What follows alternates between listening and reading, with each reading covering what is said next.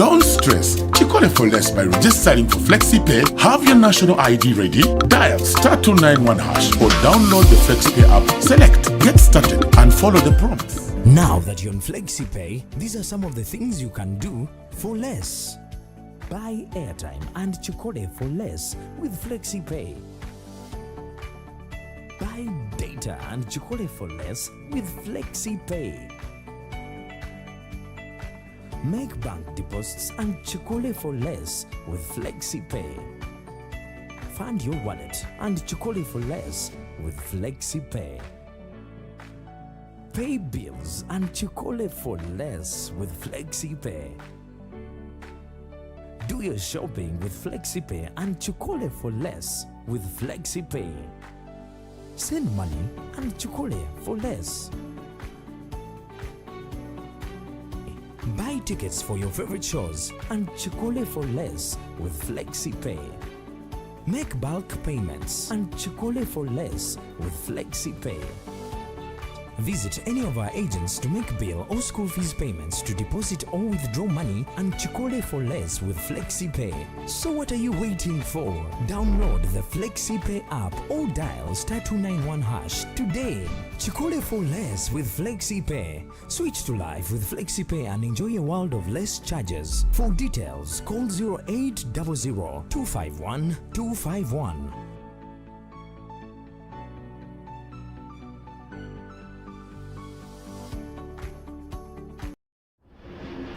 Angela? Yes, Mommy. What did you wish for? I want to be a pilot. Want you to fly, fly so high in the sky. And when shall we make her have more realistic dreams? We don't kill dreams, we build on them. 'Cause you're a star, dreams come true. Dreams come true for me and Mama, I thought her dreams would change. I don't want to disappoint my Kasenene. These little things we do today take us one step closer. Angela? Yes, Mommy. What did you wish for? I want to be a pilot. Want you to fly, fly so high in the sky. And when shall we make her have more realistic dreams? We don't kill dreams, we build on them. 'Cause you're a star, dreams come true. Dreams come true for me and Mama, I thought her dreams would change. I don't want to disappoint my Kasenene. These little things we do today take us one step closer. Whether all you have is just a dream, we are ready to walk that journey with you until it's your reality. With us, you're one step closer to achieving your dream. Stanbic Bank, it can be.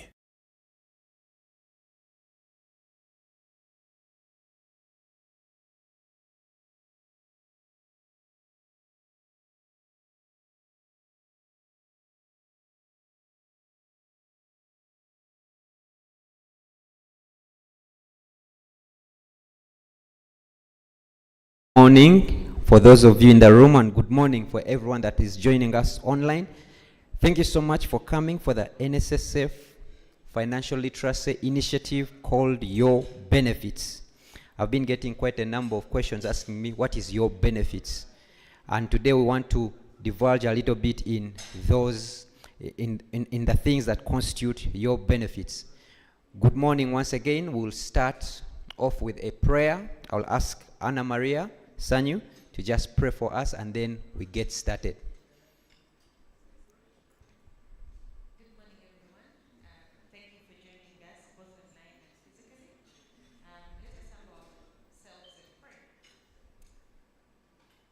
Heavenly Father, we thank you for this day.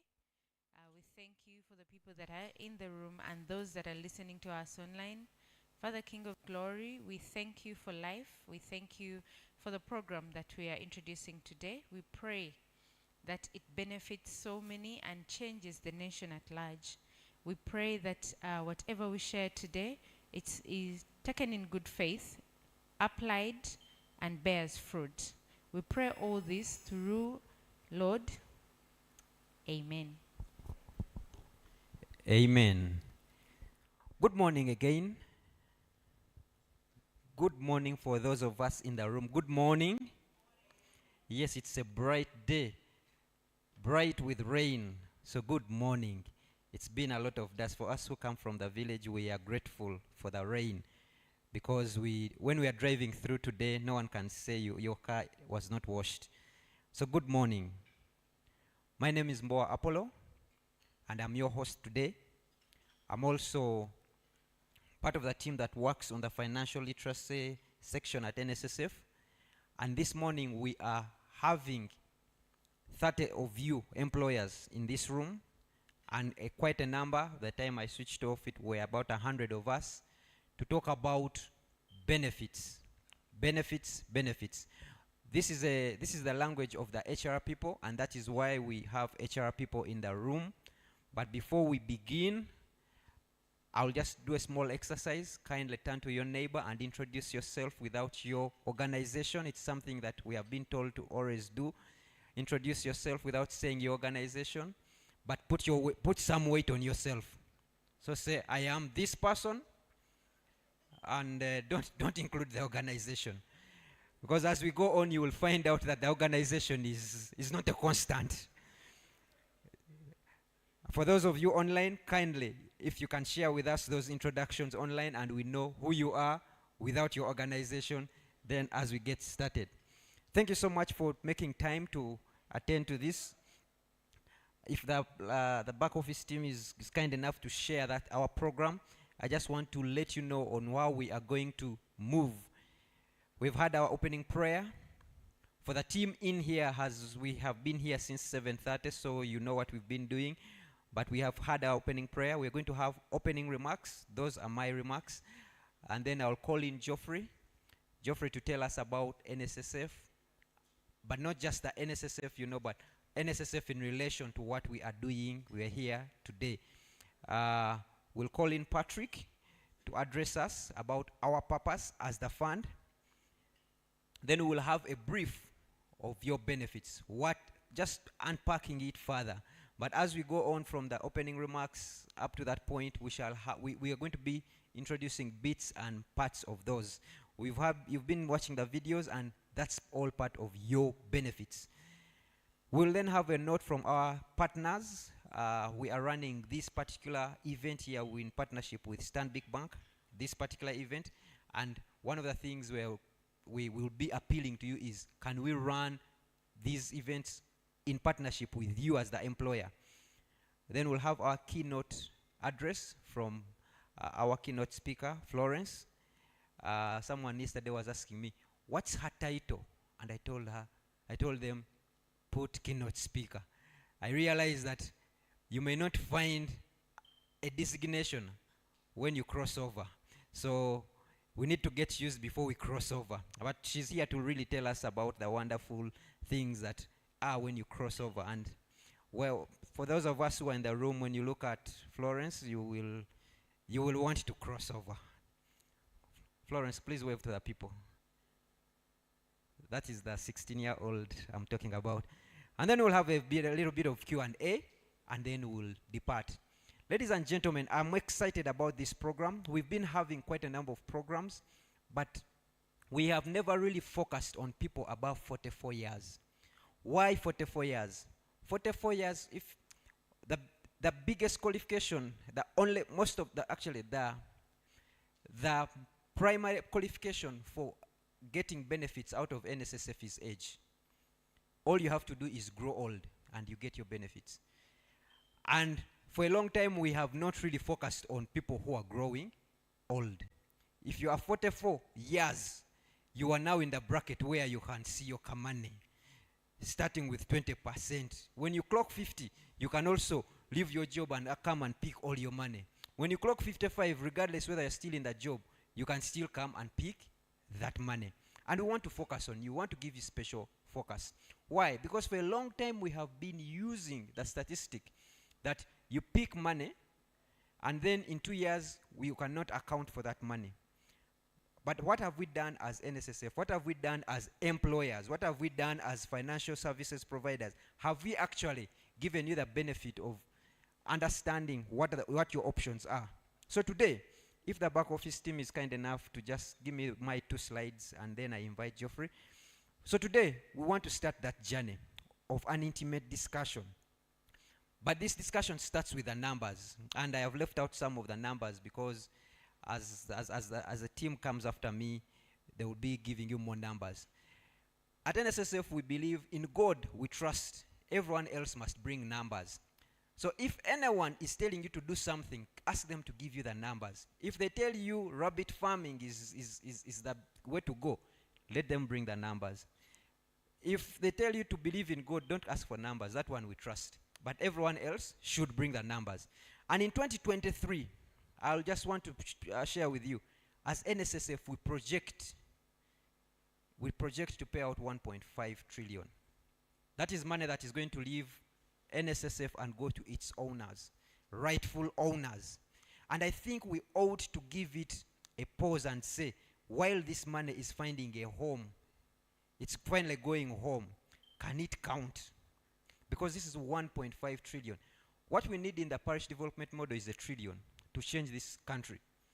What NSSF is getting from its coffers, of course you already your money, to its members is 1.5 trillion. So add that with parish development model, we should be going at 72,000 of us. Now, I say of us because you are here in the designation of your as an employer. 72,000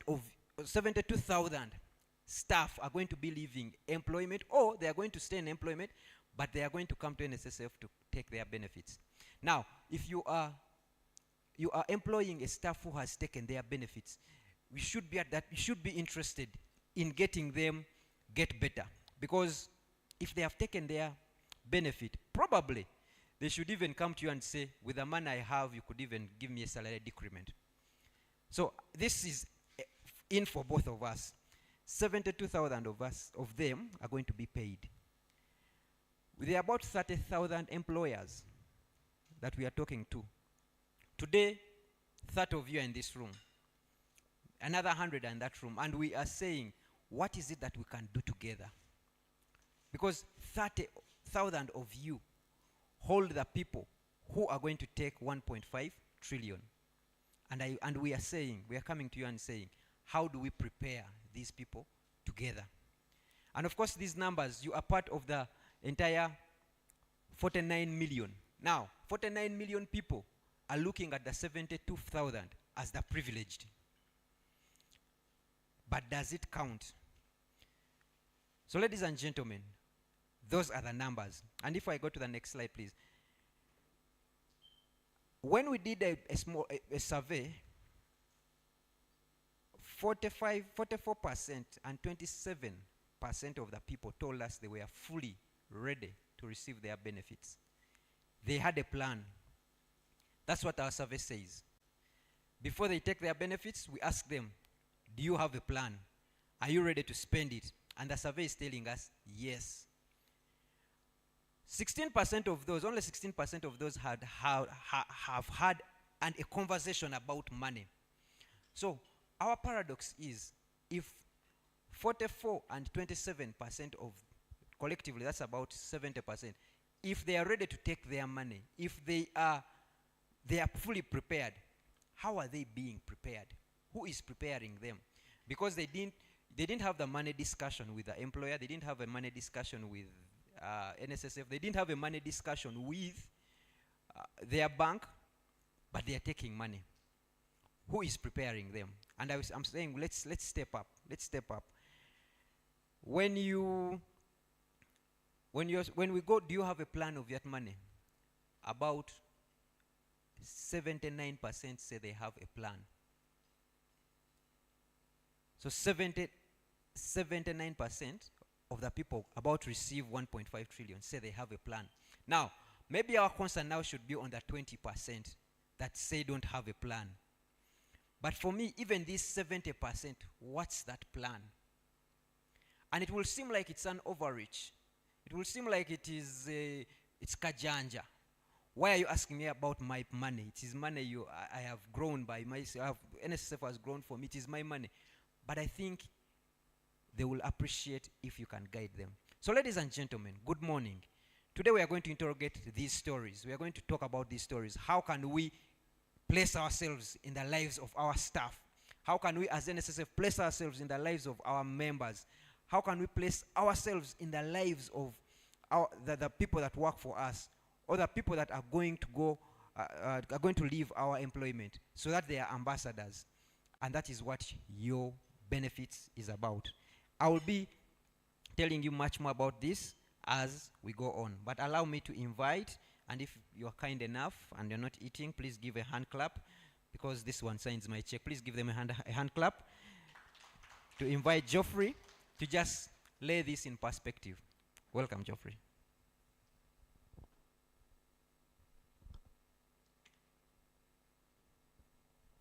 I hope you've turned this one off.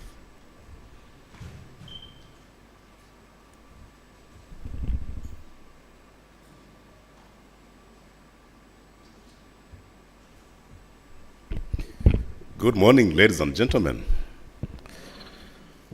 Let me be like Apple and say this again. Good morning. You know, it's meant to be a vibrant Thursday morning, so give me some vibe.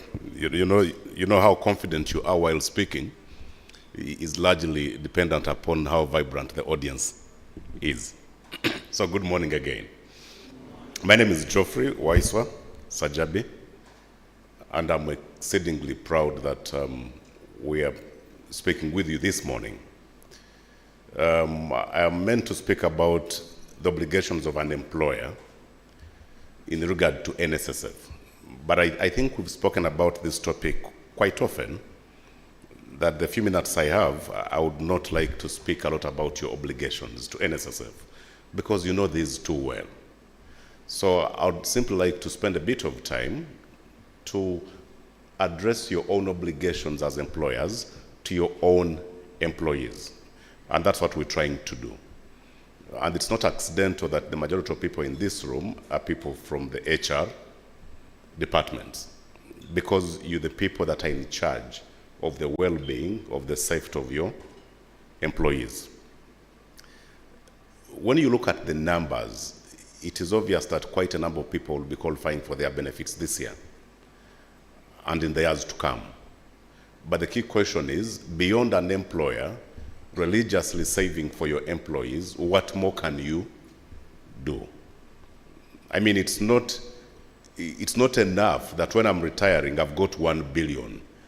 Have you helped me? Have you prepared me that when that time comes and I'm accessing my money, I am ready, I can put good use that money? And I would like to welcome my boss, Patrick. You're most welcome. So we've got an obligation as employers. What we're trying to do at the NSSF is to say, look, we can extend financial education to your employees. But we also find it extremely costly to be able to cover all employees in Uganda. So that's why we want to partner with employers. We want to design programs that can be able to speak to your employees about money. There are not many employers that organize talks about money. No wonder, even when you increase people's salary, they keep demanding for more. I mean, it's not a given that people that are doing badly earn little. No. You'll find someone who is earning a lot more than most people, but they still have money issues. And that's where the employer comes in. So as NSSF, we think that's the value that we can bring on the table, but we can cover a lot more people if we can partner with employers. We've built some level of competences internally on some of the topics where our own team can come and speak to your employees. But there are also topics where we rely a lot on external expertise, and that takes a bit of a cost. So we would like to get into a position where we begin to share some of these costs with you, especially if it is for the benefit of your own employees. Because if you don't intervene in their lives when they are still employed with you, they are likely to retire and join the millions that retire into poverty. There's a video of mine that I've also been watching that went viral, where I was talking to people about the trends that have significantly changed in terms of retirement.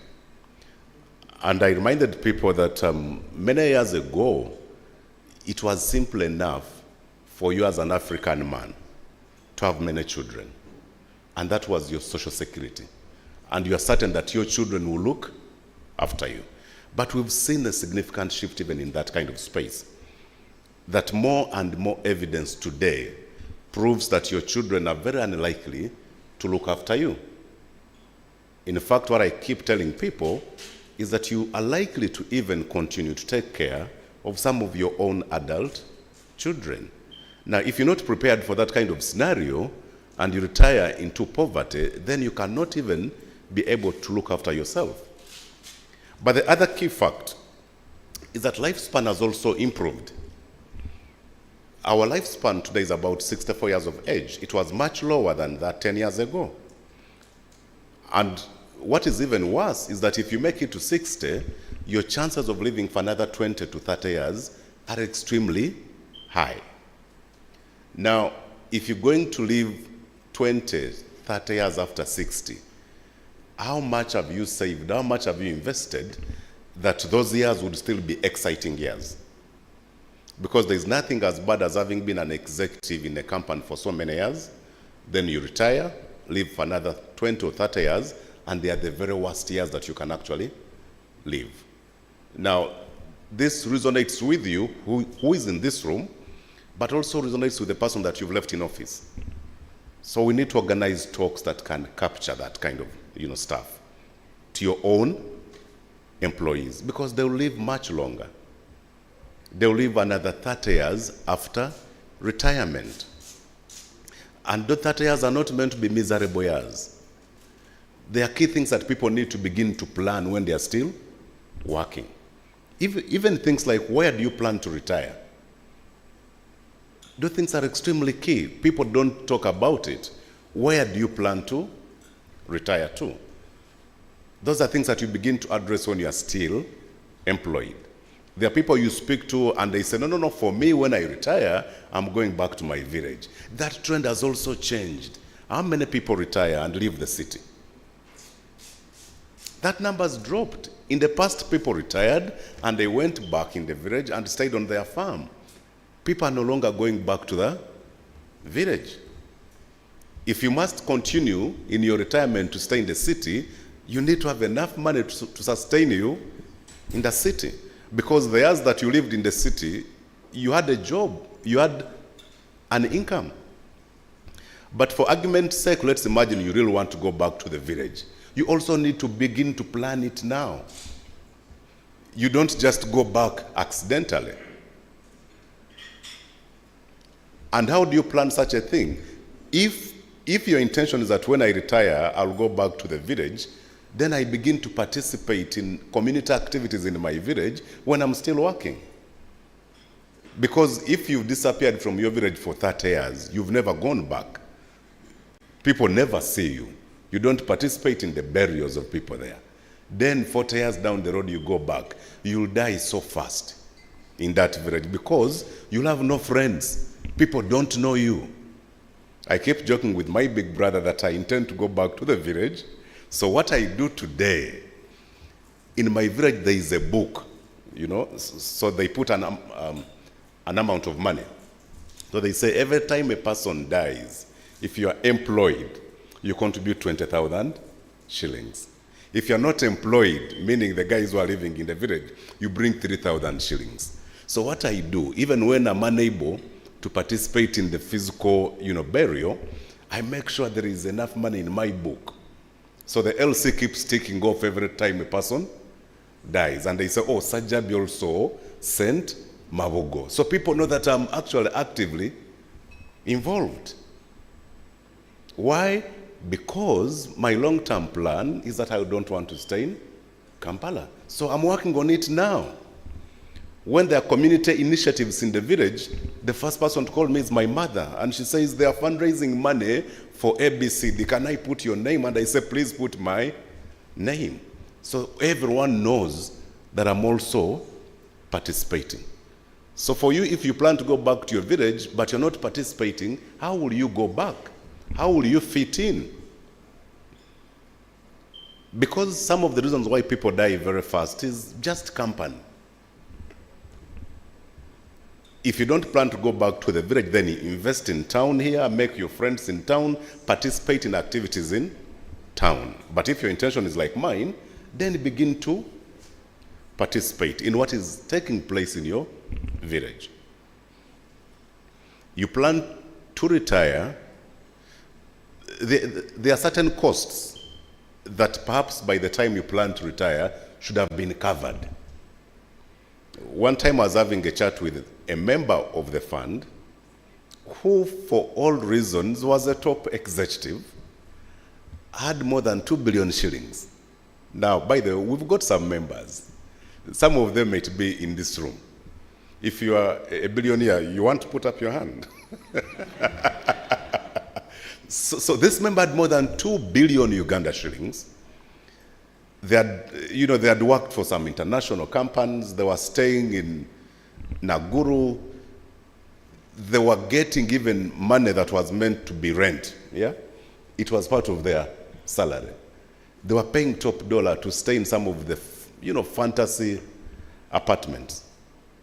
He retires, and the only money he has is NSSF, more than 2 billion. But he had never built, not in the village, not in Kampala. So when we're having a conversation, he comes with plans, architectural plans. He now wants to build a dream house in the village, and also wants to build a dream house in Kampala. And we're having a conversation, and I'm telling him, look, so if this is the only money you have, how much return are you going to get from this dream house in the village? Zero. And how often are you going to be using that house anyway? Then we went to the Kampala house. Again, the same question. In your retirement, what are some of the biggest costs that you're likely to incur? And so if you put up a dream house in Ntinda or anywhere of more than 1 billion shillings, how much return is it going to give you in your old age? Now, by the time we're done with the conversation, he came to the realization that perhaps building a house is not necessarily the biggest sign of achievement. And if you've not achieved it at a certain age, perhaps you are safer not building one at all. You can still live a happy, meaningful life even without owning the house in which you sleep. Because the land that this fellow wanted, if for your entire life you've stayed in Naguru and Kololo, and I'm speaking to some of them here, it is extremely difficult for you to go and buy land in Seta, to go and buy land in Nansana. That is not your kind of place. And I'm not saying those places are bad. Those places are good for us who have been raised there, and we stay there every day. For you, for your life to be meaningful, you still need to stay in the environment that you've been accustomed to. So this fellow was looking for land close to town, quite expensive. So he would have spent another 1 billion perhaps just building. So when we sat down, we did the numbers. And so we said, look, so if a 20-year government bond by that time was going for almost 15% or 15.5 after tax, okay?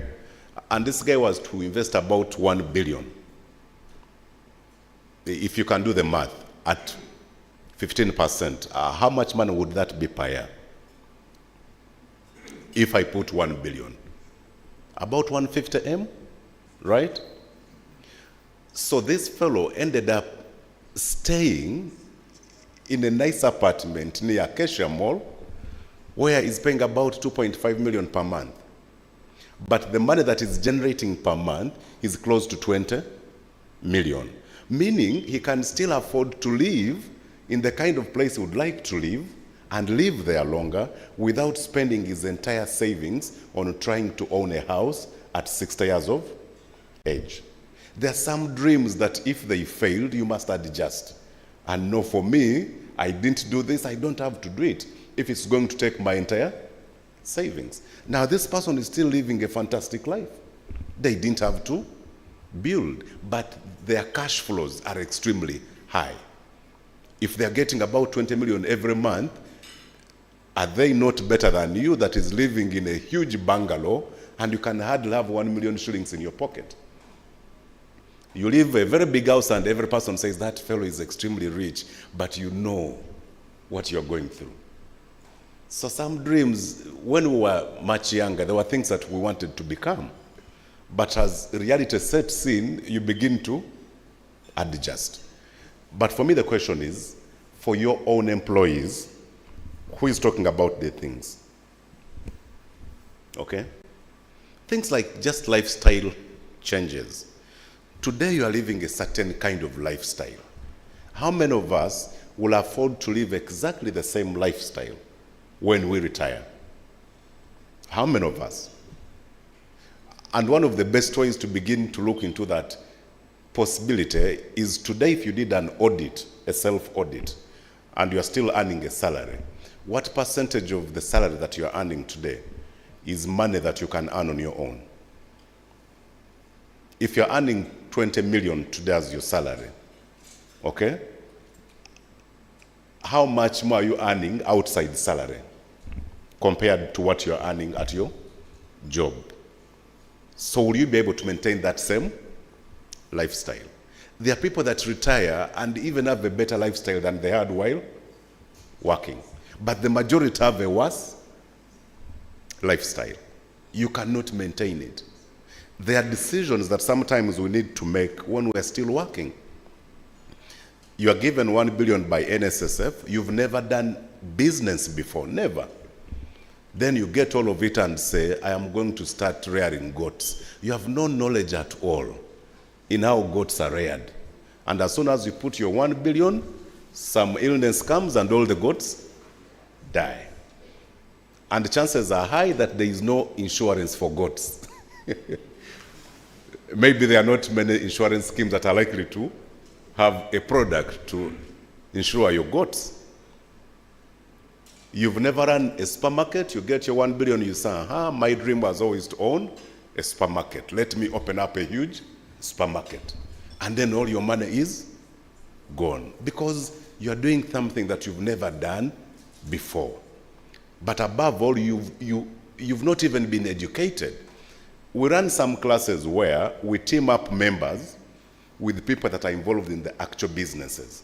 So you say, for me, I want rare goats. We can take you to a farm and you stay there for 1 month to learn from a person that is doing it. And guess what happens? When some members finish that sort of orientation, they come and say, no, I don't want goats. Okay? You say, for me, I'll go back to Mbarala and look after my cattle. In that old age, if you've never looked after cattle, your own cattle may kill you. You don't know the magic of looking after what? But I've got some buddies as well who come from the West. When I interact with them, some of them keep cattle as a cultural thing. If you listen very well to some of them, they are not making any money. Some of them actually send their salary to pay the fellows who are looking after their cattle. There are very few people that are doing cattle as a business that is generating money. Most people look after cattle because my grandfather looked after cattle and it's a family thing. Now you get your 1 billion, your 100 million, and all of it goes into cattle. But do you have the skill? Do you have the experience? Do you have the talent? Will you have the energy to supervise, to check those things? Again, for most people, this kind of information, they never get it when they are still employed. This is the kind of stuff that we want to be able to partner with you and actively support your own employees. I was chatting with the neighbor that I sat with about some of our own experiences, and she will share. But majority of us, the only investment we know is real estate. So as soon as we get money, the only thing we can do is build build a house. There's someone we met who wanted us to help them to get a buyer. Because they retired, we paid them money. They said, let me build apartments. Halfway, the money was finished. So the apartments are roofed, but they're a shell. So you didn't even do your numbers well. Now you must sell. You need actual financial support to guide you on what kind of investments you can undertake and at what age. These are conversations that we believe that when we partner with you, we can begin to have with your own employees.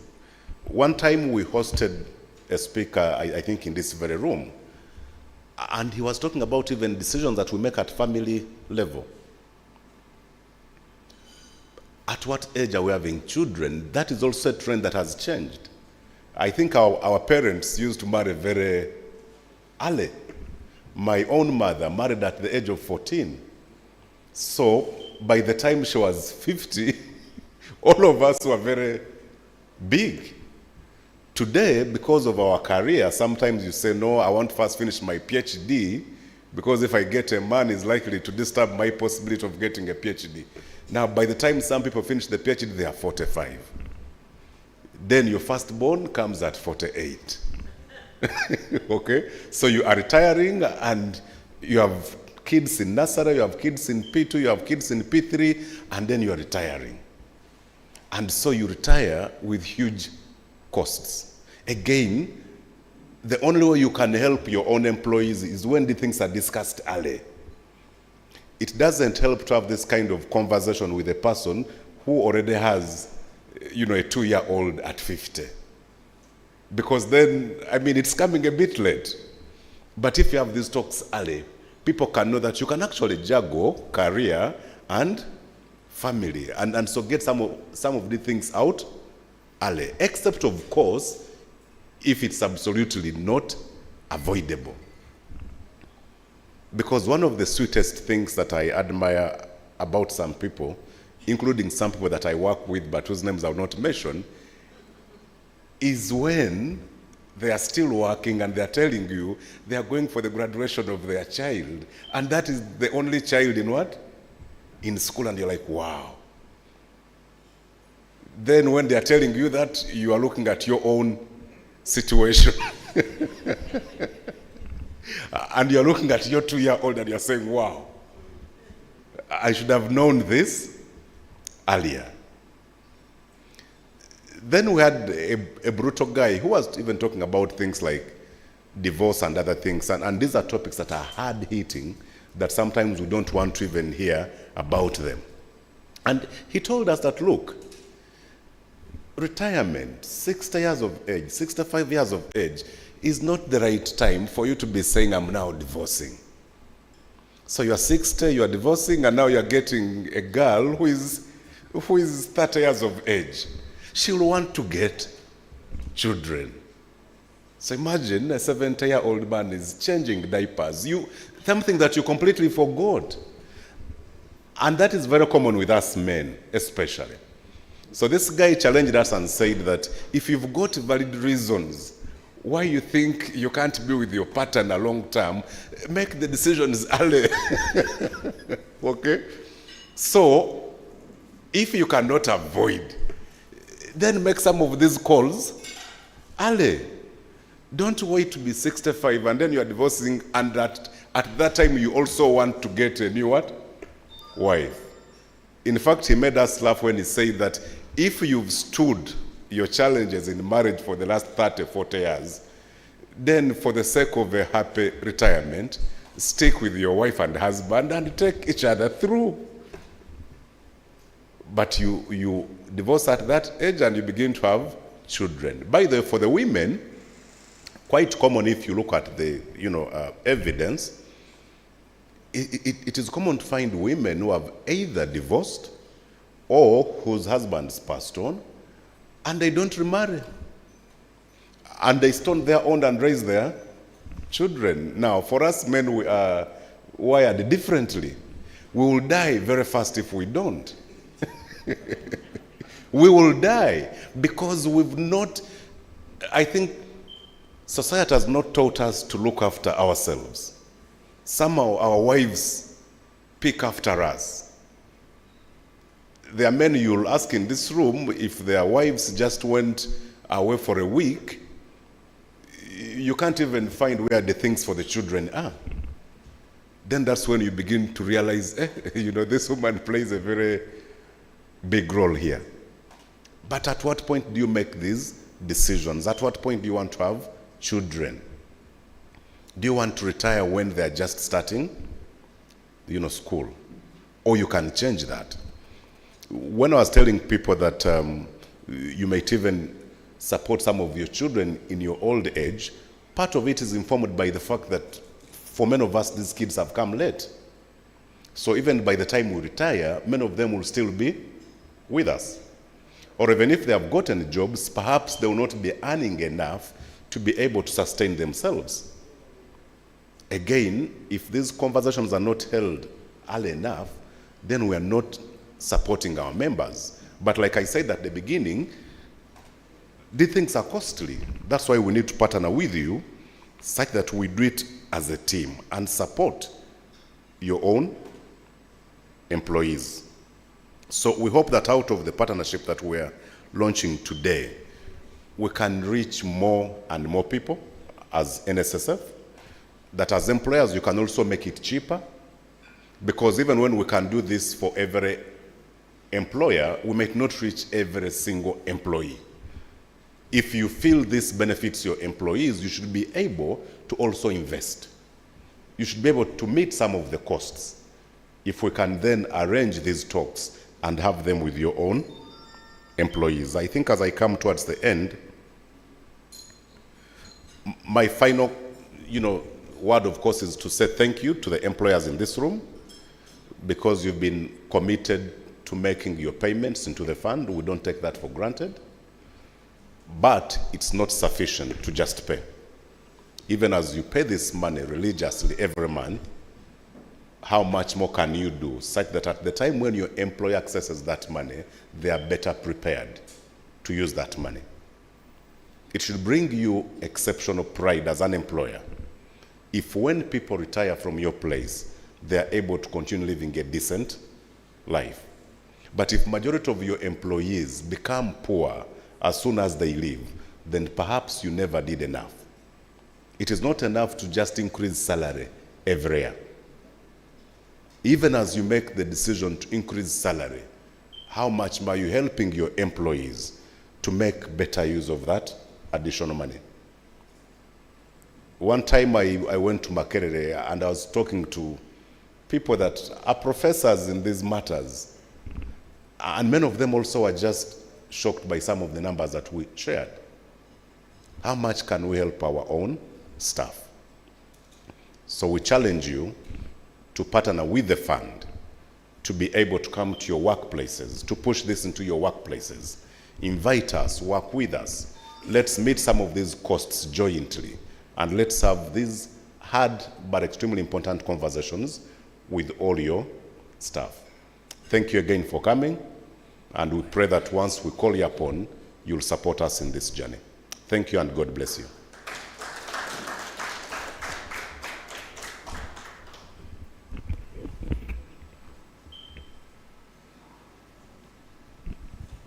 So having said that, it's now my honor to invite Mr. Patrick Michael Ayota, the Managing Director of NSSF. Please put your hands together for Patrick. And when I speak about people that have planned well, Patrick's name could be on that list. So hopefully he will share a story. Patrick is an exceptional storyteller.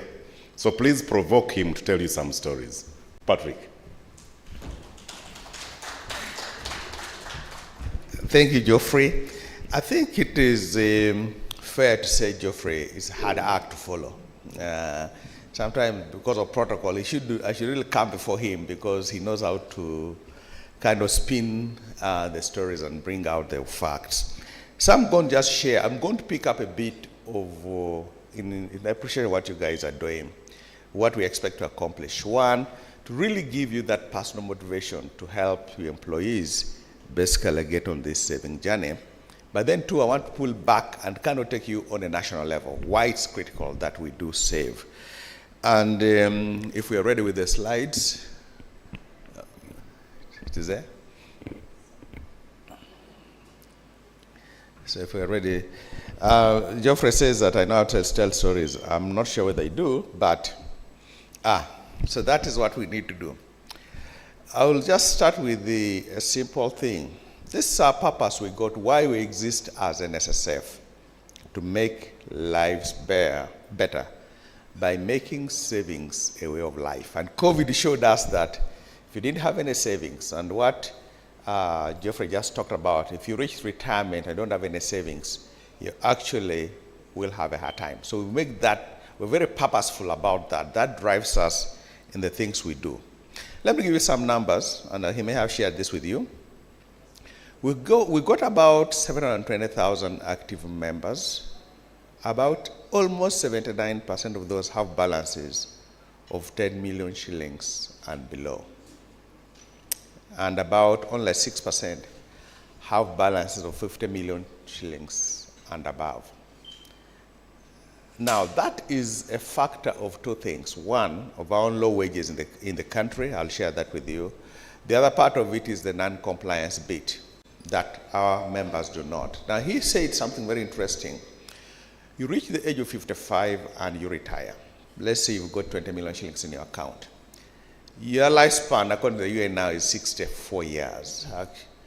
But there's what's called longevity. In other words, beyond the 64 years, the UN says your life, you live another 15 years. So most likely 78, 79. And that is proof of that. If you go back to your villages today, there are more 70-year-olds walking around than there were 10 years ago.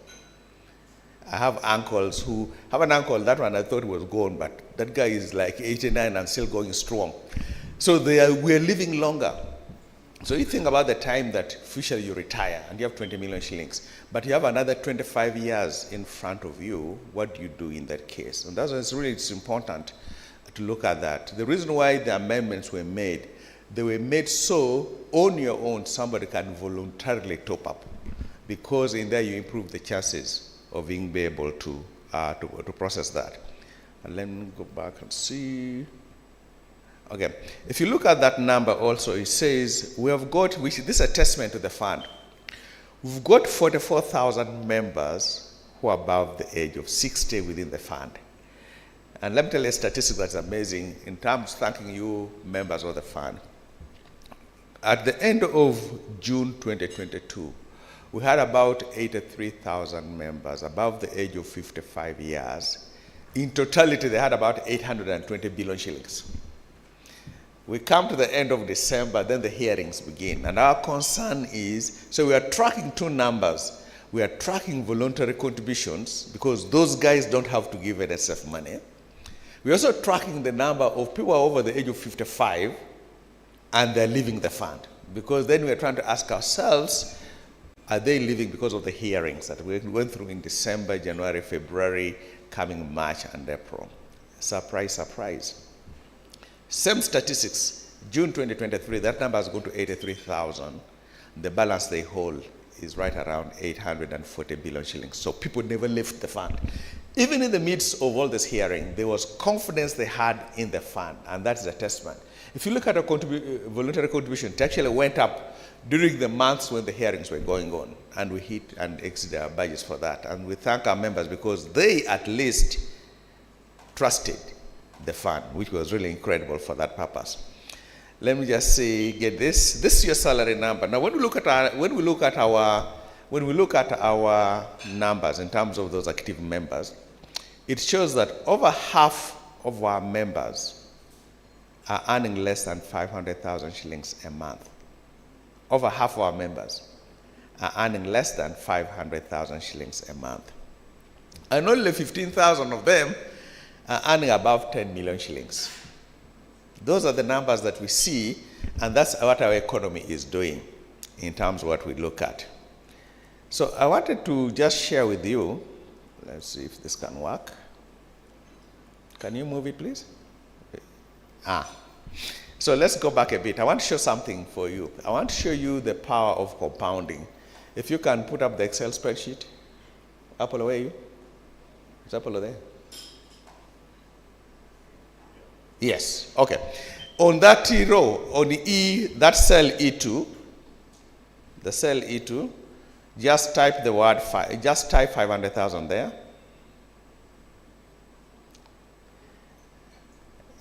Okay, now look, go to the NSF interest, which is that cell E8, type 5%. Okay. This is a simulation on just somebody who is earning 500,000 shillings. Remember, over half our members earn below 500,000 shillings. So the member earns 500,000 shillings. Of his own, we pay 25,000. The employer, you, put in 50,000 shillings. Every month, he saves 75,000 shillings. This is what happens to that money, assuming NSF is giving that member 5%. Two major assumptions we've made. That member will never be fired. So he's 30 years now. So we're going to assume for the next 25 years, he doesn't get fired at all.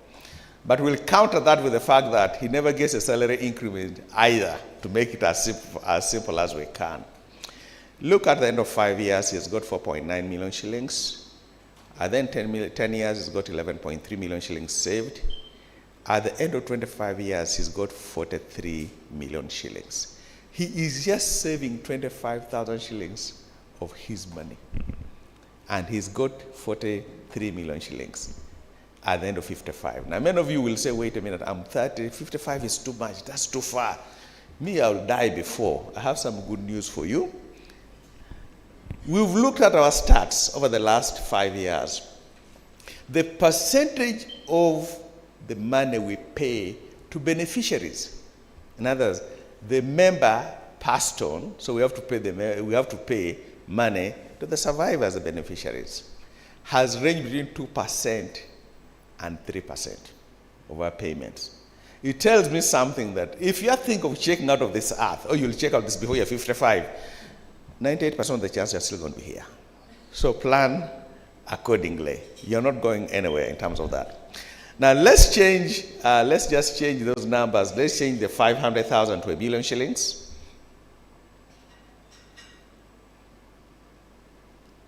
Actually, no, go back. Let's put back the 500,000. I just want to show you something, 500,000. Okay, now go down to NSF interest rate. Let's say we've given you 8% on average. You see what happens to that number? Same spec, you're still saving the 25,000 shillings. But because NSF is able to give you a higher interest rate, now you have got 66 million shillings. And that's the power of compounding. I tell guys that if you begin to think of NSF contribution as an investment, think of it this way. You put 25,000 shillings, that very day the government forced the employer to give you 50,000. Now, many of you are in finance here. What percentage return is that? I know, Esther, you should figure that out. What percentage return is that? You put 25,000 shillings, the employer is forced to put 50,000 shillings that very day. And it's yours, by the way, because the employer never has no claim on that money once it has come to our account. The return is 200%. 200% on day one. If you annualize that, that's times 12. That's about 2,400%. There is no business in this country that you can put money in and to give you that return safely. And the key word is safely, because in NSF you never lose your money. Most members come and tell us that, you know what? No, you guys, you've stolen our money, you've eaten our money. I usually tell you this, please go to your statements, print your statements. Look at what you put in, what your employer has put in, what you put in as NSF interest, and tell me if there's some money missing. A lot of people are doing that, speculating that the money was stolen. The best place you can put money in, actually, NSF, by law, this by law is embedded within the NSF Act. The worst that can happen to your money that you put in NSF it will go up by 2.5%. The worst that can happen by law. If you have 100 million shillings at the beginning of the year, and NSF made so much losses, it can never go down to 99 million shillings, can never go down to 95 million shillings. The worst that can happen, it will go up to 102 million shillings. That's the safety and the guarantee that the law has built in terms of what we do that. So let's just do one more. Let's say, change that number to 100 million shillings. Same assumption. Now look at what happens to your money, 131 million shillings, if those assumptions hold. The point of it is, encourage your employees to save. It doesn't matter how little they save, how little they earn. In fact, go ahead and do something for me. Change that 100 million to 100,000 shillings. Let's say he earns 100,000 shillings. Because sometimes say, no, but these guys are casual. They only earn 10,000 shillings a day or 5,000 shillings a day. Look at that. He is only saving 5,000 shillings every month. But at the end of 25 years, he will have 13 million shillings. And that's the power of compound. It doesn't matter how little somebody is earning. The important point is put aside something. And especially under the law where the employer is forced to more than double what we put in that area. It's important that we get there. Finally, I just want to talk a bit now at a personal level. Then I'll go to the national level. Go to the next slide. Something like that, you need to talk to the employees, save. And he's talked about that. Next one, I'm calling it planning, wills. I know in this room, for us men, the last thing we want to talk about are wills. And you don't know how many times, they said about 92%, I think this was the statistic, 92% of people who live this earth leave behind no instructions on what should happen to the savings they've made, to whatever they've had. And they leave a mess behind because suddenly we have no idea what to do with their properties. Now you may say, but I don't have anything, I only have 2 shares. Please give instructions for us what you want us to do with the 2 shares. Now most people say that I don't want to do it because it's a curse. And we are so scared, we are so scared of writing a will because the day I write a will, I am dying. I have some good news for you too. My first will was about 32 years ago. I'm not dead. And I keep on writing, I keep on updating it every day. And the first time I actually wrote a will, I was so scared. I mean, it was the hardest thing I had to do. It was so scared. But each subsequent year it has become easier and easier to do. And I'm comfortable with the fact that if something has to happen, I have enough instructions left behind on what to do with what I have. Please, it does not matter how much you have, you don't have, how young, how old you are, write one. Write one. If the best thing to do with the will is make 2 or 3 copies, give 2 or 3 friends who you know. Usually should be sealed. Because some people say, hey, if my wife knows I've left her all these things, they may just turn around and kill me. Let me also tell you another good story. If your wife found out you've not left her anything, she may turn around and kill you too. So the point of it is write and leave it to a friend or somebody so you can do that. And then continuously update. You may have written your first will. It happens with even NSSF. You became a member of NSSF when you're still in university. And you had this nice Chile. She's called Eva. You love her so much. So you put her as a beneficiary. But along the way, Eva morphed into Mary. But you never came and tell us that it's Mary now, not Eva. So in your records, we have Eva. In your will, you have Eva, but you moved on.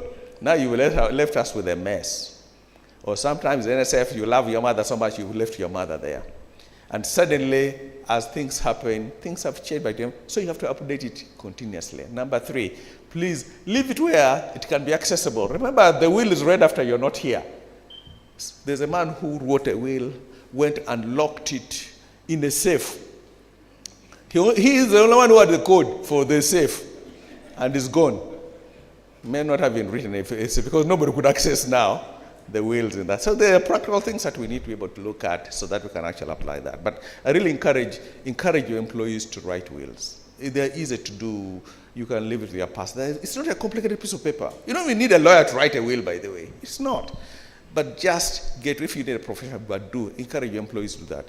It's one of the things that once you do it the first time, There's this relief you have. You know it's okay.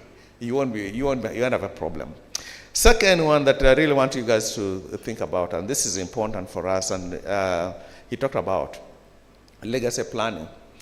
Many of you may have read this book. For us who read the Bible, Proverbs 13:22 has an amazing, amazing instruction to us. He says, a wise man leaves an inheritance for their children's children. We've always thought that I need to leave an inheritance for my children. But what that verse talks about, leave an inheritance for your children's children. You think about the assets you have today. Will they survive your children to get your grandchildren? Think about most of the tycoons we've had in this country, and they've made money. And suddenly they've gone, and 2 years later there's a fight over the assets they've left behind. And sometimes these assets then are sold by the children who they left behind. Can your assets, can your planning help you plan for your grandchildren? Because that's the instruction from how do you structure it so that your son will not sell all your assets and eat it and forget about his child? And it's important because we begin to think that. I'm going to tell you something about I have one child. She's 18 years old. She just went to the US for university. So in my mind, I used to live in Atlanta, Georgia. So I said, you know what? So I had a house in Atlanta, nice house. So when I moved back here, I said, Naomi, this will be your house. By the time she came 13, 14, she's not talking about Atlanta. And I'm carrying a heavy mortgage to keep a house for Naomi. By 13, 14, she's talking about going to New York, going to Paris, she's not anywhere to think about Atlanta. At 16, she's not thinking about Atlanta. By the way, she's not going to Atlanta, she's going to Pennsylvania. So last year, I sold the house because it was killing me, and this girl is not caring about going where? To Atlanta. So I sold the house. Knowing very well that if I left for her and she goes, most likely she'll sell the house and not whatever she'll do. But now this is the scariest things for some of you guys. You think about this. You raise your child from the village, maybe Nakasongola, he's in Kampala.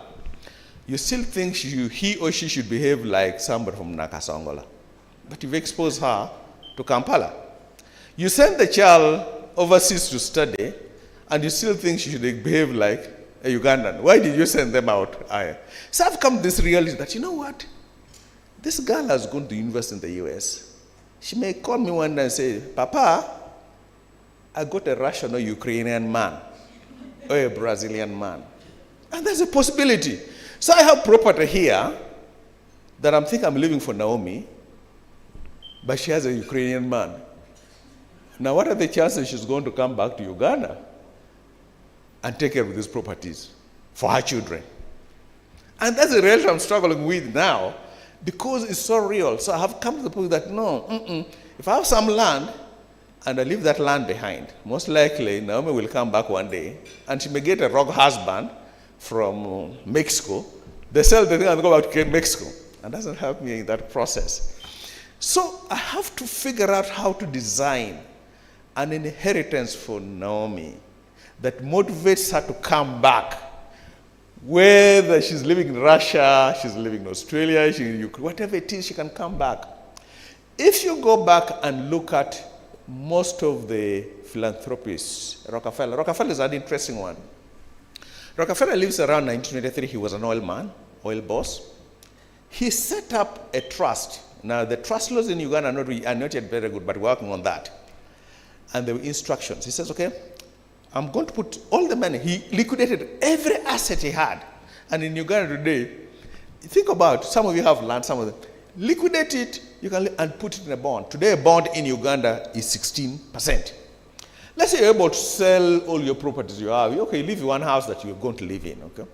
You sell it all, you have maybe a billion shillings, 500,000 million shillings, you buy a bond. A billion shilling bond means that each year, that bond will give you 160 million shillings. Are we together? Let's say you buy a 20-year bond. That means for the next 20 years, you have a guarantee of 160 million shillings. Guarantee. So my thing is, okay, now I can do this. 160 million shillings is right around $50,000. Naomi, there's $50,000 a year in Uganda. For you to get it, you need to come here and collect it from here. I think it doesn't matter where she's living. She could live in Ukraine, where it is. $50,000 will motivate her to come and visit this country once a year to collect that money for the next 20 years. And I can even do it where it says, let's reinvest 20,000, but let's reinvest the 20,000 in the bond. You collect $30,000. Now I'm planning, so at the end of 20 years, that bond has doubled. Now she can leave that money to her children with some instructions. For you to get the 30,000, you need to go visit Papa's home in Nyem Tororo, so that you cannot do it. What's my point?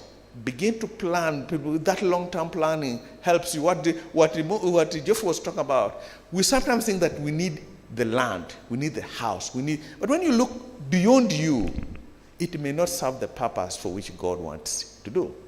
Finally, there was an interesting young man, actually not a young man, he was married to an MP.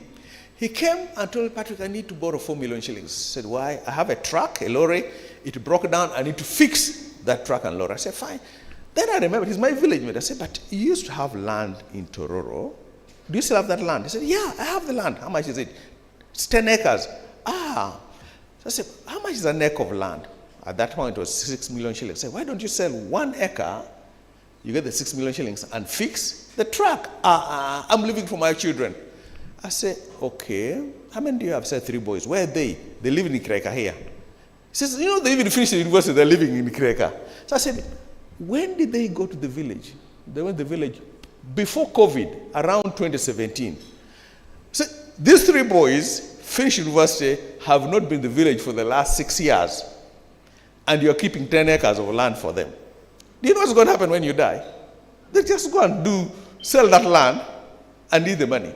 So why don't you sell 1 acre and do that? I mean, and it was very hard for him to even, and I didn't give him the money. I said, no, I can't give you money. You just go sell your acre and see. What's my point? We hold on to a lot of things. Sometimes you have land that you left in a swamp. You're in Kampala, you raise this child in Kampala, and you're thinking that when you're going, this child is going to go back and dig in a swamp. That's not the reality.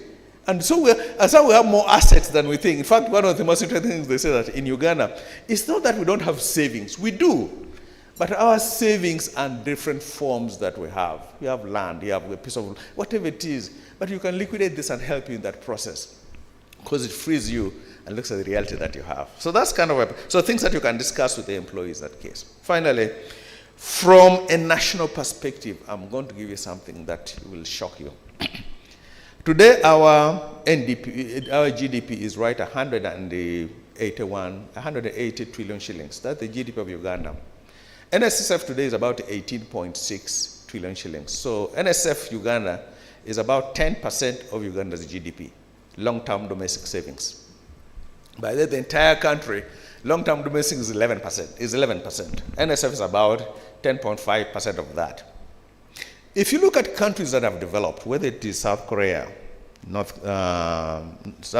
Malaysia, Singapore, China, Taiwan, and of recent, Vietnam, there's a correlation between the growth of their GDP and the long-term domestic savings they have as a debt. Those countries have become Asian tigers when their long-term domestic savings hit around 25 to 30% of GDP. Why? That means they can use their long-term domestic savings to drive their development agenda.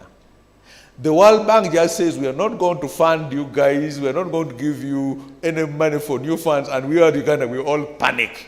Only the president is brave enough to write a very strong letter back. But we are all there panicking because we are completely relying on foreigners to help us develop.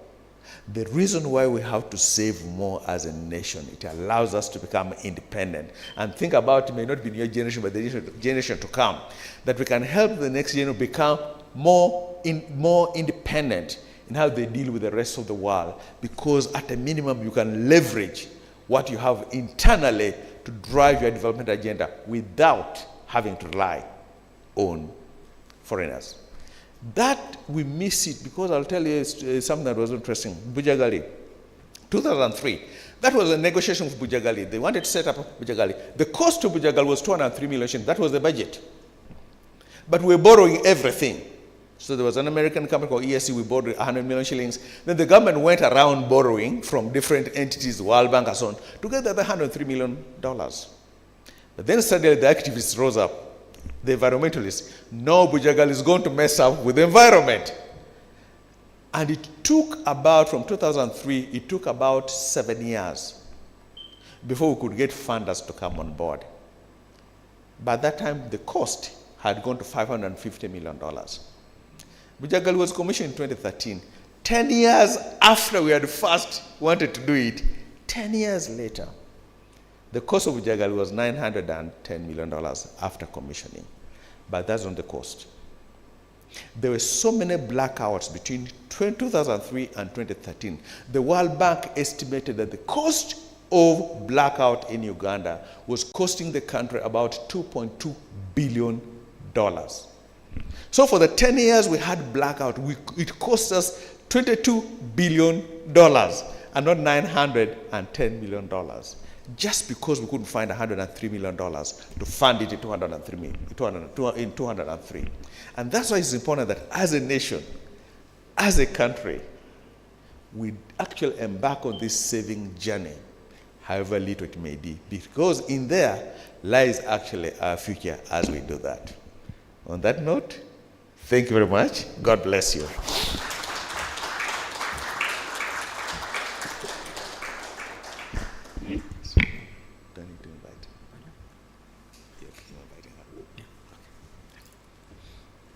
A bigger round of applause. At least if you are not clapping for him, do it for me. He signs my check. So a bigger one.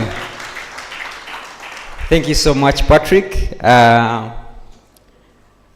just need to get, and I was writing notes while he was speaking. Poverty is the lack of options.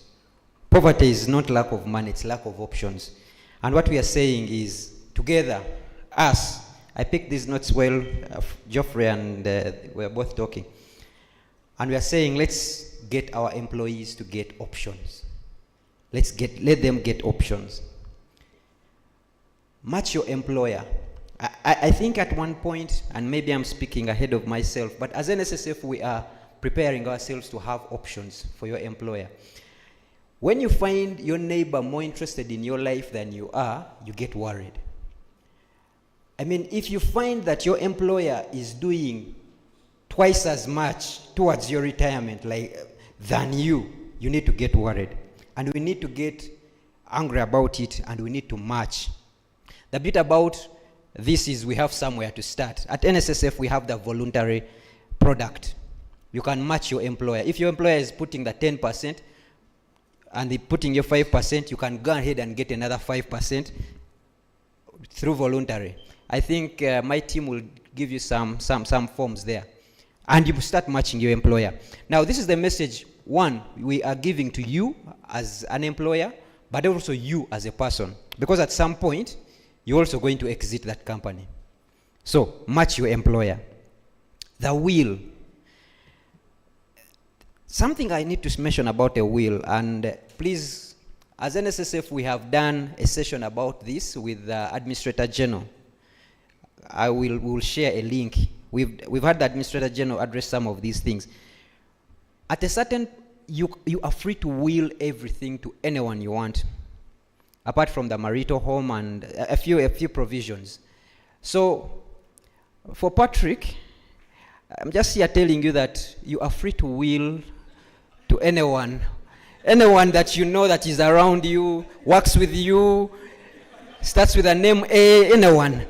You are free to will, and don't worry. But we have done something about wills, about trusts. The trust law in Uganda is still, but I also know NSSF has taken up some work on the trust law. It's still not that great. It's just doing something around land only, but I know sooner or later we will be able to provide some other things. So good morning, everyone. Good morning. Geoffrey has attempted and has actually delivered on enticing you that we need to do these things together. You and the employee. So every time now I say we, it is us. We are in this together. Your employees, your staff, my members. They are the same people. Much as they are going to be with you, they are my members before they are your staff. They will be my members after they are your staff. But we are in this journey together. So allow me to just, if Adrian, you are kind enough to please continue with my presentation. What does your benefit look like?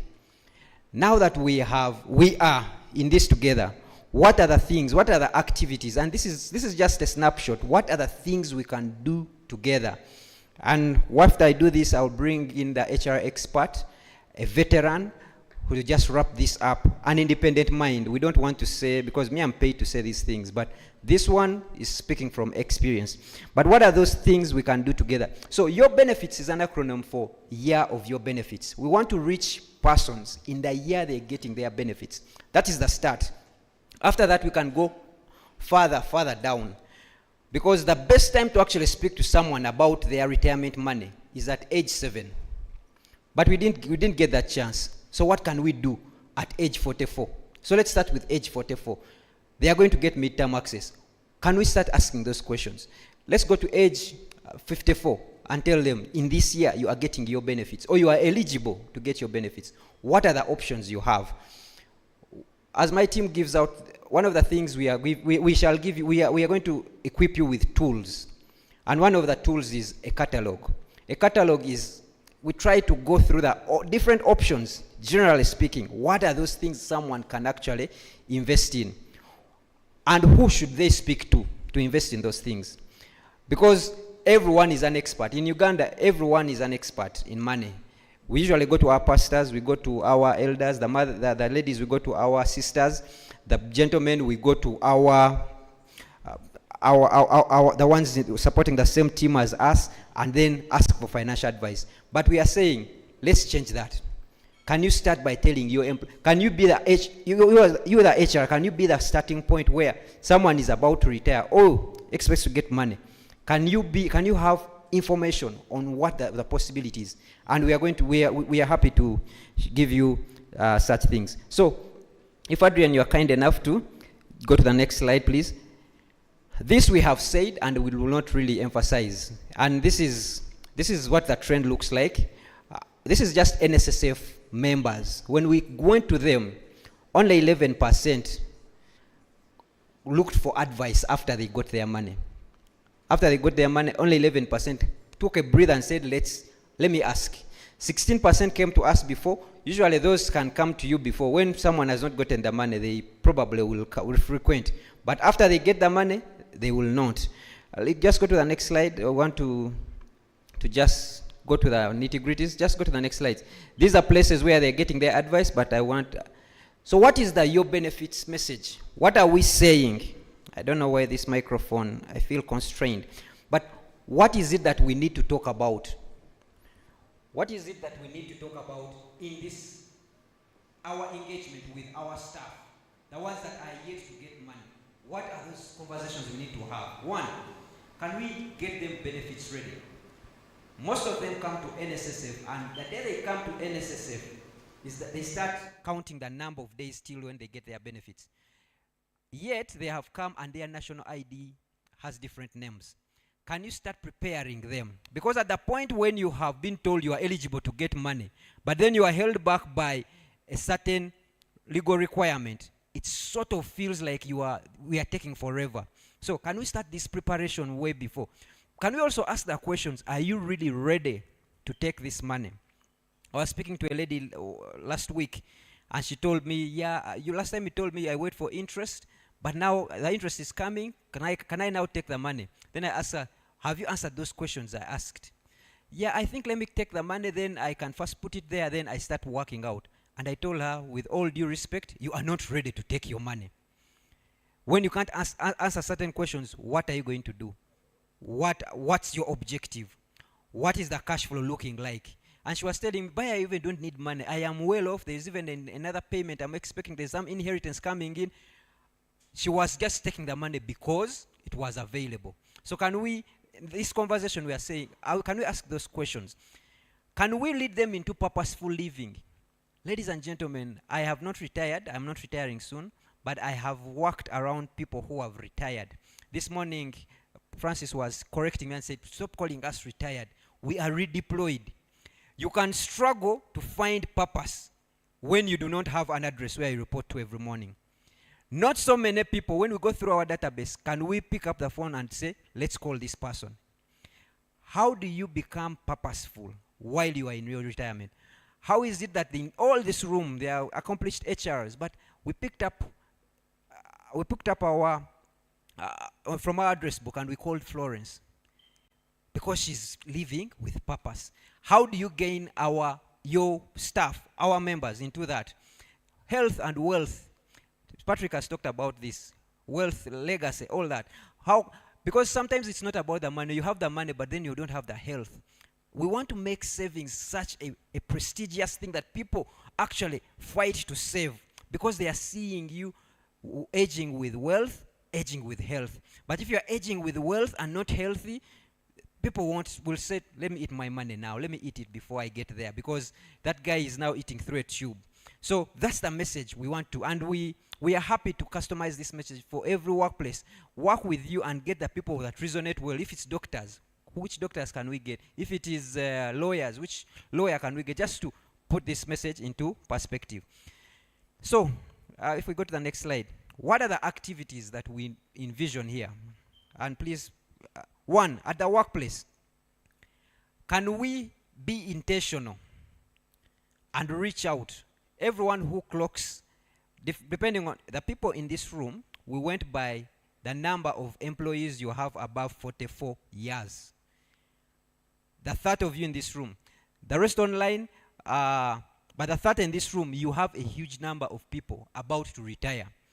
And when we end this, we hope we can kick off something for those people. Because those people are in what we are calling the red zone. They are in the golden zone. They are getting their money soon. So can we come up with initiatives? We are happy to guide. We are happy to, it's your program. We are happy to come in and provide resource. We are happy to come in because the best thing, the most expensive thing is the time, and you will provide us that platform.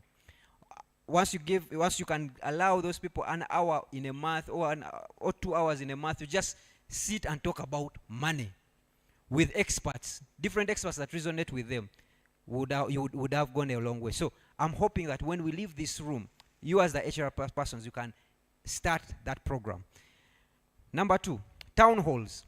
You may not be able to do that at your workplace, but we are coming to every branch where NSSF has a branch. We are coming there and saying, blocking off one of the hotels there, and then asking you to send those people to us. So can you, if you can't do it at the workplace, maybe they are dispersed all over the country, can you allow them come and attend these town halls? We are going to share with you. Tomorrow we are in Masaka, and we have asked the employers in Masaka to send their employees. In that town hall, we are able to bring the likes of Patrick, the likes of Francis Kamlegea, the likes of Florence, so many people who I can't tie their shoes. And they are able to share with you their experience. We are not saying they are the best in this, but with their experience, you probably will be able to form your own opinion. So please send those staff, send our members to us. Number 3, and I'm going away. As NSSF, starting this month, we have started engaging them. When you clock 44 years, every month you will receive an SMS from us. And we haven't even given them an option to opt out. It was a legal requirement that you need to give them the option to opt out. But we are saying, no, you are not opting out because we want to remind you that you are about to get your money. Do you have a plan for it? And every month on the 30th, they receive a message, a different message.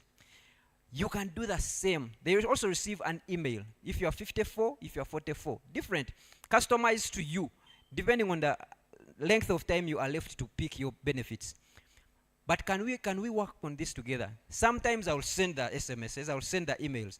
But imagine if it is you, the HR, sending that email and telling him, dear Geoffrey, you are 8 months away from receiving your benefits. Have you spoken to a planner about an investment plan about this? Then the next month, you prompt them and ask them, have you talked to your family about the money that is coming to you? Have you answered the question about where you are going to retire to? For the 8 months, let me tell you, the time when, if they come back to you after they have retired, coming back on those things of saying, contribute for me, bring out those messages and say, I asked you these questions. Did you ever answer them? You are protecting yourself, because people will leave and then come back to you and then they say, we are the ones who formed this organization, we started it, I am entitled to something.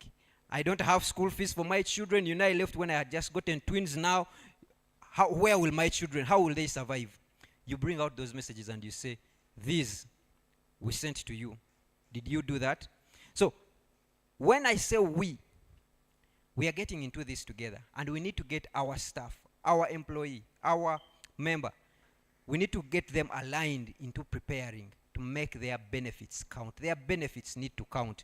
Finally, I'm going away. Webinars, these ones we do, and they are accessible to all of you. I've just shared with you that when you leave this room, we are going to share with you the webinar on wheels. We have done that already. We are collecting as much information from independent minds, not from NSSF, as much information as possible, and we are putting it out there. You want to invest in unit trusts? We have already done. We have an information pack. It's all there on YouTube, and we shall be able to share with you. So if you are challenged and your employees want information, we have already come up with a resource bank. Finally, we are on media. When Geoffrey comes here to talk about the obligation, when you find him on radio talking about the obligation, he will take off 70% of the time talking about you as a person. We'll talk about you as a person, because 600 and something of us at NSSF are taking care of your money. But when it comes to you, you are just one person. So for us, the job is easy. Taking care of 19 trillion, 600 of us are there, and we are highly paid. But taking care of your 100 million, 50 million, it's a job for one. So it's a very hard job. So we want to equip you with all the information. So we'll use media and all the types of media that we can find. Finally, I've said finally 3 times, but this is finally. Can we brand these people? Can we mark them? I'm giving you this as one of the ways of making them feel precious. When someone clocks a certain age, can you co-brand this with us and you give it to your employee, so that when they are walking around, they say that is the senior. He's going to retire. And everyone will, even when he knows that they know that I am the senior, his actions are different. The way he will carry himself is different. He will not have lunch for 10 minutes, for 2 hours. He knows that he doesn't have that much time, because there is that reminder, visual reminder, and he needs to set an example. He's a beacon. Let's get together. Let's co-brand them. Let's give them some. You know, they brand me, like they brand me here. When I'm moving around, I cannot do bad manners of go and take number 1 by the road, because I am branded. Not because I'm a good person, but because I am protecting this brand. When you brand this person, give them a pen, give them a t-shirt, give them a book, give them a catalog. This catalog is going to be available for everyone that gets into that age space. If they are carrying their folders in there, their things, it's already a signal to someone that this gentleman, he's not ordinary. Totally regular. Finally, I decided to stop with this, to finalize with this. What is our objective? Usually we start with what is our objective? And our objective is to reverse that statistic, that 85% of our members get their money, and in 2 years, they cannot account for it. We need to reverse that. Now, before it has been our members, now it is going to be our members, our staff. Because you're also giving them gratuity. We are giving them, NSSF, you're giving them gratuity. You're giving them a package as they go, and they can't account for that. We want to build a financially aware and empowered staff. Let's even leave the member thing, because now we have become one. Our staff should be financially aware. They should be financially empowered. They need to be able to make these decisions. When we are showing some of these numbers, we have over 40,000 people who are above 60 years. They are that financially aware and they're saying, I know I have money. We have checked on them and said, did you know you have money? He said, yes, I have money. But I don't think I need that money now. They have been that financially empowered to say that that is money. It shouldn't control me. We need to give our members, our staff, and citizens of the country options. The catalog in front of you is about options and options. But I don't want to end this. You know the way the pastors end and they say we need to make an altar call. If you have been touched by this message, please open that catalog. Open that catalog. I need you to open that catalog. I need you to take off time. You will read the different options. Now, those options, you don't need to start them after. You can start them now. There are also barcodes you can scan, and they take you directly to those particular sign-ups. But particularly today, there is a form in there. Do you all see a form? If you think you can take up the challenge of matching your employer, or at least attempting to match your employer, that they put 200,000, you're going to put 10,000. There is a form in there. All you need to put is your name and correct contact number. And we'll enroll you on voluntary. Don't worry about the needs and everything. Someone is going to get to you when you are in your comfort space and you can provide us that. So, but if you can't, if you are not ready to, please don't take that form. You leave it here. We need to save these forms for the people who want them. Please don't feel propelled to see that you are, no. If you don't, that's what they call financial empowerment. You say this one I don't want. I feel I don't want. But I feel like each one of us, if you are still doing 5%, let's lead by example. Allow me to invite,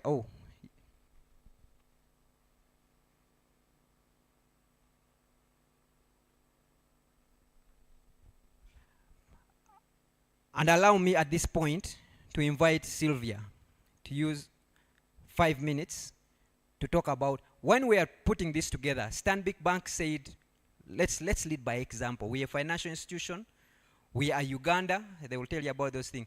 We are a financial institution, and we need to get into that line where we're talking about options.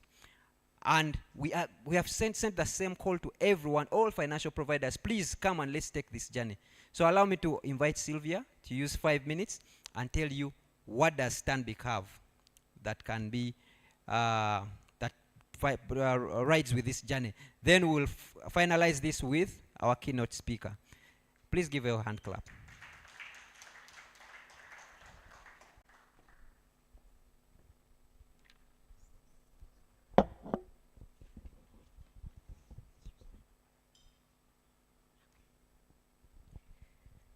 Good morning, everyone.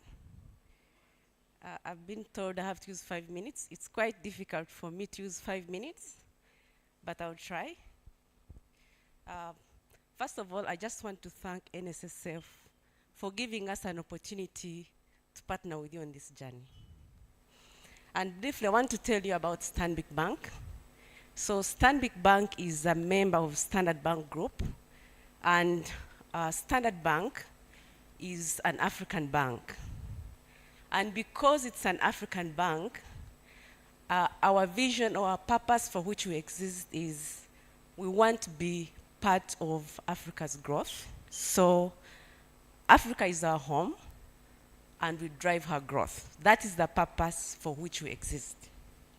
And bringing it back home to Uganda, we believe that Uganda is our home, and therefore we want to drive her growth. So that is our purpose as Standard Bank. And it's no surprise that we're actually here in this room announcing our partnership, not just with NSSF, but also with the employers in this room. So we want to be part of the growth of the employees in Uganda. And that's why we want to be part of this journey. And how are we going to partner? So as Standard Bank, I don't know if my slides are ready, but as Standard Bank, and specifically for personal banking, we have a department in the bank called Employee Value Banking. But for today, I want to announce our partnership with employers and officially introduce what we've called Employer Value Banking. And for us, we believe that for us to be able to retain employees as employers, Standard Bank inclusive, and my fellow bankers in this room and other employers in this room, we have to have a strong employer value proposition for our employees. And that's why we want to partner with you to say, how can we as an institution be able to partner with you to have a compelling employer value proposition for your staff? And our proposition that we'd like to introduce to you in this room is to say, it's basically touching four aspects. But before I go into the aspects, I wanted to pick from where Patrick stopped. He shared with us some amazing statistics about the saving culture in this country. And I picked some statistics this morning, very amazing statistics around savings culture. So Ugandans actually save. About 54% of the employees that work and earn money actually do put some money on the side to save. But also quite interesting is that only 13% of the individuals that save, individuals that earn and also save with financial institutions. Only 13%. They save with formal institutions. And this could be banks, they could be NSSF, they could be microfinance institutions, they could be SACCOs. Only 13%. And that really touched my heart. 46% of adults in Uganda who earn money every month do not save at all. And that is what we want to be able to change as employees and as Standard Bank and as NSSF. Also amazing to say in this room, 6 out of 10 Ugandans who save. You remember the 54%? 6 out of 10 save for consumption. About 25% of Ugandans who save actually do save for investment. It's no wonder that, as my predecessors said, most of the Ugandans who retire do not live long. So today we want to boldly state that we want to partner with the different employers on a journey to bring some of the solutions to the workplace. And like I said, our package is going to revolve around 4 pillars. The first one is what we call live and enjoy. Live and enjoy touches a little bit of aspects around giving some tips to employees on how to earn. Of course, we know that every employee earns a salary, but the tips that we want to be able to offer them is to say, how do you earn a salary, be able to live on that salary and enjoy it, but also be able to put aside some money for investment.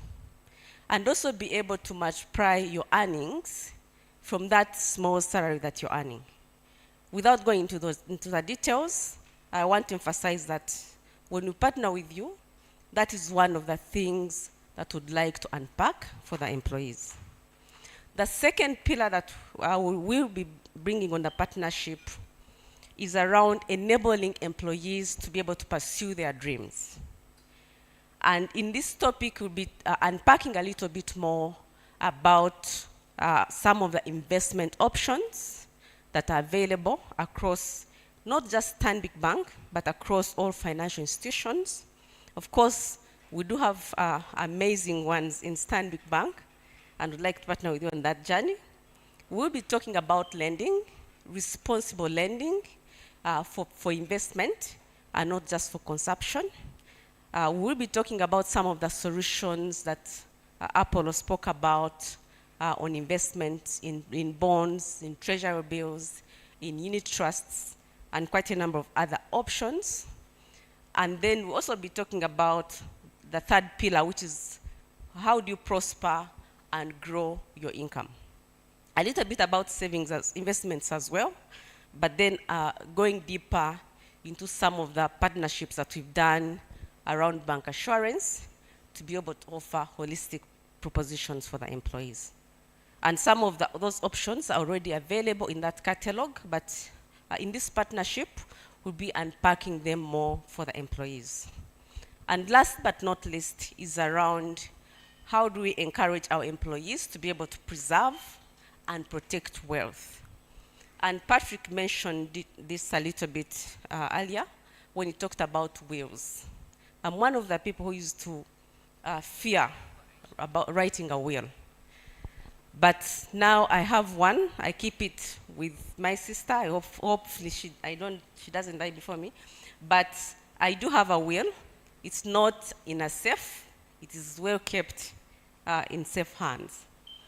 But we'll be unpacking this a little bit more to go into how do you protect yourself as an individual, even when you're still at work? How do you protect your money through things like medical insurance? I know some of the employers in this room have medical insurance, but you probably spend money that you earn that you could be saving to treat your ailing father or mother or relative. We'll be unpacking some of the solutions available for the employees to be able to invest in medical insurance solutions available on the market now that they can be used to protect their earnings, but also be able to treat the ailing relatives and other family members. We will be unpacking some of the, still under preserve and protect. We'll be unpacking some of the available solutions that you can explore to protect your properties. For those that access loans, there are already some existing solutions on the market that can be able to protect your family from those loans in case of an eventuality, and quite a number of other solutions available without going into details. So I'm excited about this partnership. We have some members in the room, some experienced and vetted financial fitness trainers. I'm going to ask some of them to stand up for recognition. They're available to take your cards, to partner with you and come and offer the financial fitness academies, speaking about the pillars I've spoken to at your workplaces. I just want him to ask James and Alan to kindly stand up for recognition, and they're available for you even after this meeting. So the amazing stuff is that we do this for free. And it's one of those sessions that we come to your workplaces to talk about finances without talking about products. So we're not coming to sell our products, but we are coming to partner with you to educate the employees. And for me, when I spoke to Patrick, when I spoke to Apollo in the course of the month, I was excited to come here to talk to you about this partnership, not just about the employees who are turning 45 or 55, but about that employee who is 22 and has gotten a new job. How do we enable them to start now as opposed to at the age of 45? And I want to conclude by telling a personal story. I'm a few months away from turning 45, but I started my savings and investment journey when I was about 25. I had my firstborn when I was 22 years, right after university. I started early, so I didn't wait for 48. So, and because of that, it put me on quite a lot of pressure to at least have a home for myself. So I want to testify that my first investment in an asset, it was actually a good asset. I bought land. And 5 years later, at the age of 27, I had a house. I was staying in my own house. I'd gotten a mortgage. I remember the amount very well. It was 60 million. But at the age of 27, I was one of the few people in my age that were living in my own house. I invested 60 million. Almost 15 years later, I invested 60. 15 years later, that house is worth almost 300 million. So that was a worthwhile investment. Fast forward, I'm now on my 4th mortgage. So I want to encourage, some people fear mortgages. Some people fear the risk of long-term loans, but I want to encourage people that once you borrow and invest wisely, borrowing is not bad. But borrowing for consumption is completely a bad borrowing. Or investing in an asset, for instance, a vehicle at the age of 22, when you don't have a tangible asset to generate for you more wealth, is probably a bad asset. And those are some of the tips that would like to come to workplaces to be able to demystify and train your staff. Thank you very much. I'd like to close here. Thank you so much. Another round of applause. Thank you so much. Ladies and gentlemen, one of the other things this catalog does is to help us get back to you. So there is another, something like this. So if you feel you need to understand more about NSSF products, there are 3 things you can do with this card. 1, if you are not sure of which phone number we have and we need to update that, you can fill out the card. If you also have your names with ID, national ID, you can fill out this so that we can cross-check and update. If we need to call you in, we'll call you in and then update your KYC. It's important that we update that KYC. 2, if you want us to engage you more on the voluntary product at NSSF, please tick. We have another one that needs exceptional approval, and the MD is in the room. He's the one who approves them, so I can say this with full confidence. There are people who don't want all their money. I was talking to Paul here at the beginning, and he was saying, my auntie only needed 30 million of her 500. But all you could give us was the entire 500. No, you can now actually take part of your money with approval. So it's just a simple process. When you come to us, someone will help you, just a letter which will be approved, and then we are able to. However, watch this space. We are coming up with, once the regulations and the minister has done whatever she needs to do, it will be another product you can walk in and pick and go. The systems are ready, everything is ready, but for now, it's still available to you. You just have to request. You have to be intentional about it. If you want any other, you can still tick that box and then leave this with us.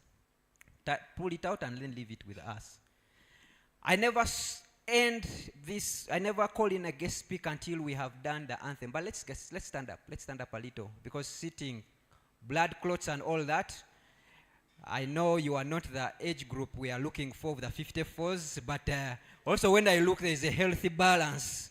So we need to, let's have our anthem. We have an anthem, and it's a reminder, especially for us who are in employment. When I do this, you say, here. Okay? Just that. Even those online, please say it, and people will think you are running mad, but tell them we are planning for the future. Louder. Louder. And then when I do this, we say, there. Good people. So?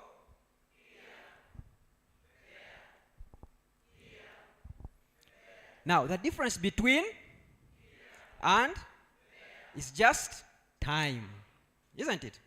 And we need to remind ourselves that while we are getting paid. We have a salary, isn't it? Florence, feel free not to do this one. While we have medical insurance. Sylvia was being casual about it, but all of us here have medical insurance. We don't know Chirudu Hospital, Nakasero. Because we have titles. You have a designation. You are director. You are manager. Me, I'm manager, financial literacy. First class for me. We are manager. Because we are, the organization dresses you. You wake up, they dress you. Because you are, they will invite you for a training and feed you. I won't say anything. But they will feed you. Because you are. But when we get, I'm talking about retirement. When we get, there won't be a salary. When we get, you will be your own designation. We'll look for, who are you? I am former. No, you are not. Who are you now? Not former. Who are you now? You will be, because you are. When we get, even the banks may not touch us for loans. Take your 356 mortgages while you are still, because when you get, no one is going to touch you. When you get the medical insurance cards, you have to leave at work. Because you are. So what are you doing while you are still? To prepare for your, using your time. Florence, please come. Allow me to invite Florence. Please give her a hand clap. And allow me to be informed about this. We are coming up with who do we invite for our keynote address. And her name came up. It wasn't my suggestion, but I knew Florence from it. Please give her another hand clap. I first met with Florence. I didn't know the designations behind her, but I met her. Allow me to share this. I met her when you go down just here, Green Hill. There is a school opposite Green Hill. It's called Silver Spoon. And she invited me to speak to a group of ladies. They're a group of ladies who had come together, and over time, I think it was their 10th year, they had put up an investment, which is called Silver Spoon. A group of ladies. Please clap for her. Then she was still in employment. I didn't know she was head of HR. But they were having discussions about money. It was a Saturday, and they were ladies were together, not gossiping. They were having a conversation around money. Florence is so many things. But from that point, I started looking at myself, and I said, this is head of HR. It's a lady, and they are discussing money. My life changed. Today, she has ascended into retirement, but life has just started. Allow me to invite her. She's former HR, so she knows your world. Allow me to invite her to just put this in perspective, why we need to talk about money at the workplace. Welcome, Florence.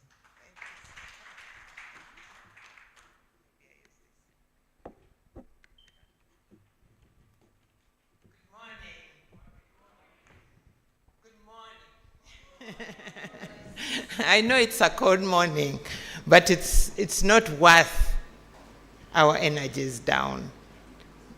We just energize our own selves. I've crossed the bar. I've transitioned into the other world, the there that you were talking about. And I'm so humbled to be here. When I got the email from Jackie asking me to come and give a keynote address to people like you, I was so excited because this is my passion. He says, I'm being HR. Yes. There's the formal life you have to lead. And there's that other life, what we now call the side hustle. But the side hustle is really you. The other one is formal, fulfilling the world's requirements.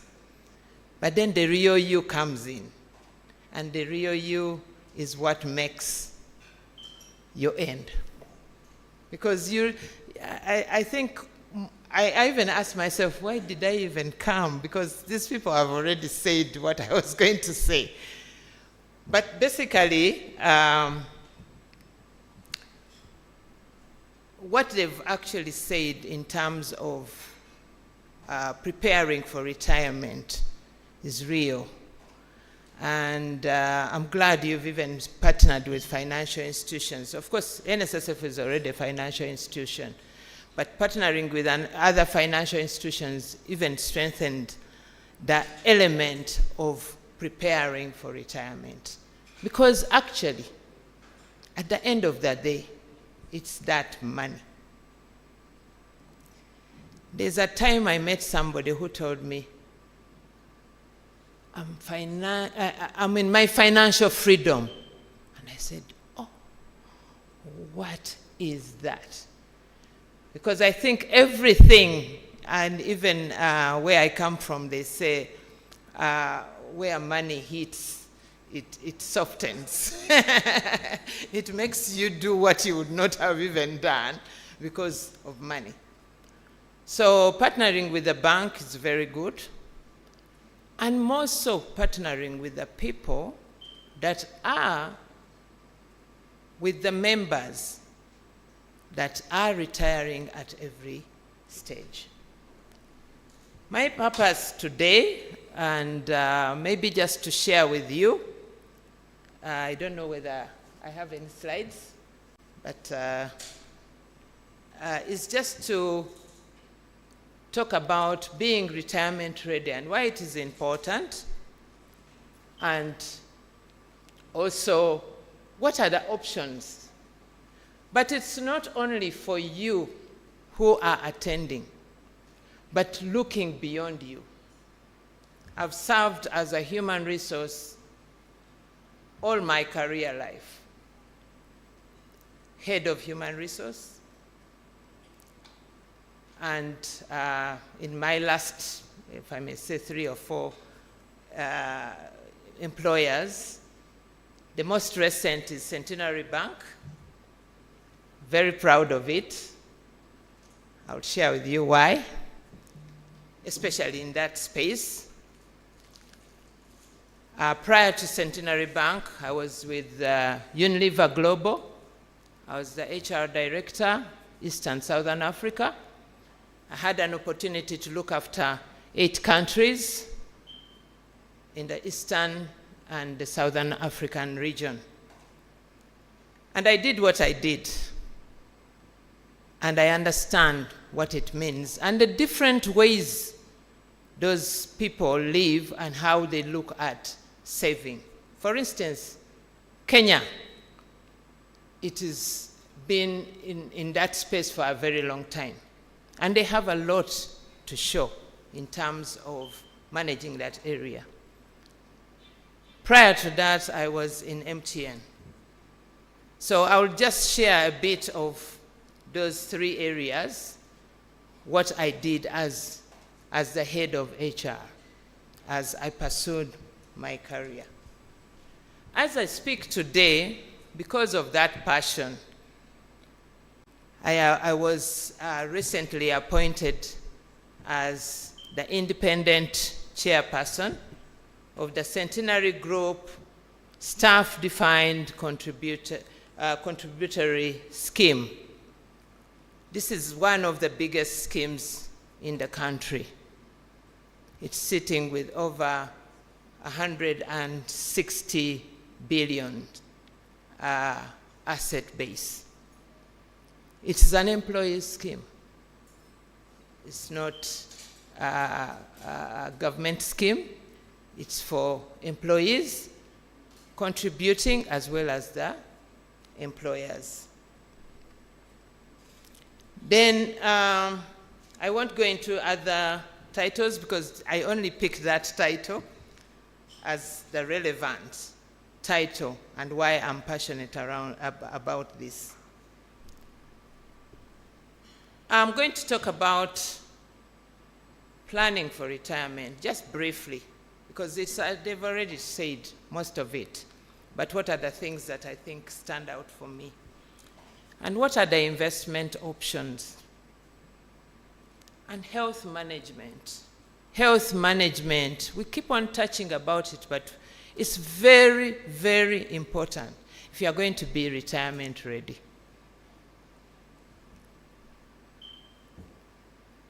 When we are at work,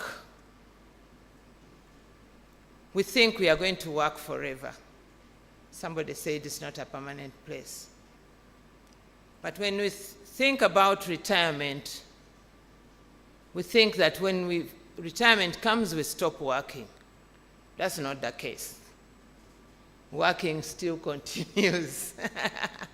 Right now, I'm not working as such, 5 to 8, but there are moments I work.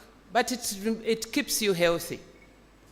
But then, what type of work would you like to prepare for when you transition? We are calling it transition. You know, the word retirement has a negative connotation, especially in people who are not even ready. So now they are calling it transition, whatever name you call it. It is moving from active work to working, but in a different way, informal, at your own pace. But of course, it has to bring in money. One of the key questions, are you ready? Are you ready for that? But that is the question that I'm giving you as employers to give to your employees. Are they ready? I know we've talked about the 44 because of the new benefits that are midterm benefit and so on, access to benefits, but somebody said it should start as early as 22. But to me, it should start as early as when you can understand. Because retirement is like death. It's part and parcel of us. We have to put it in our DNA that retirement is going to happen. So what are we saying when we say retirement ready? We are talking about accessing financial literacy, financial planning. You remember I talked about money. At the end of the day, how do we ensure that we have enough financial resources to take us through? I think all the conversations that have been given, at the end of the day, it's that financial resource that is critical to us to make sure we chart out our future. We need to talk about healthcare. When we're talking about financial planning, we need to know about how do we budget, how do we grow that wealth, how do we create that wealth. But then I said you need to talk about healthcare. Healthcare is so critical. When we are working, we are so energetic. We are so young. Everything happens and you think it will happen like that every day. Except for some few unfortunate ones. Sometimes they live their life ill. Maybe they had diabetes type 1 from childhood. That's a very small percentage. But I'm talking about a normal situation where we go into work, normal, work through, and we are not even falling sick at work. In fact, some of the challenges I faced when I was HR is where the young people would ask me, but why are you wasting money and paying for us premium? Give us that money. For us, we enjoy it while we are still healthy. And then I ask them, then when you are not healthy, what happens? We'll sort that when we cross over. But healthcare should not even be thought about when we are sick. It should be preventive, not so? So, preventive, of course, we have insurance. And of course, there are so many ways that we can manage that. But the importance of health to retirement, I'm just trying to link the two, is that, let me tell you, however healthy you are, the day you stop going to work, normal work, into your own work life of retirement, is when those organs, all those many, many things start failing you. Out of the blue. I have a very interesting case, very personal case that I'm dealing with. This individual was so young, so energetic. When we talked about insurance, he thought we just have so much money to waste. He worked for an organization which gave insurance. This organization, when you retire, you can actually continue with your insurance, but you pay for yourself. They gave this individual an option to take the insurance. This individual said, no, I'm not interested. And what happens? He retires. Their retirement age was 55. At 55, he retires. So I asked this individual, when you retire, what is your plan? He says, I have a plan. You know, for us, we are old. I'm older than this individual. He says, I have a plan. I said, but which plan?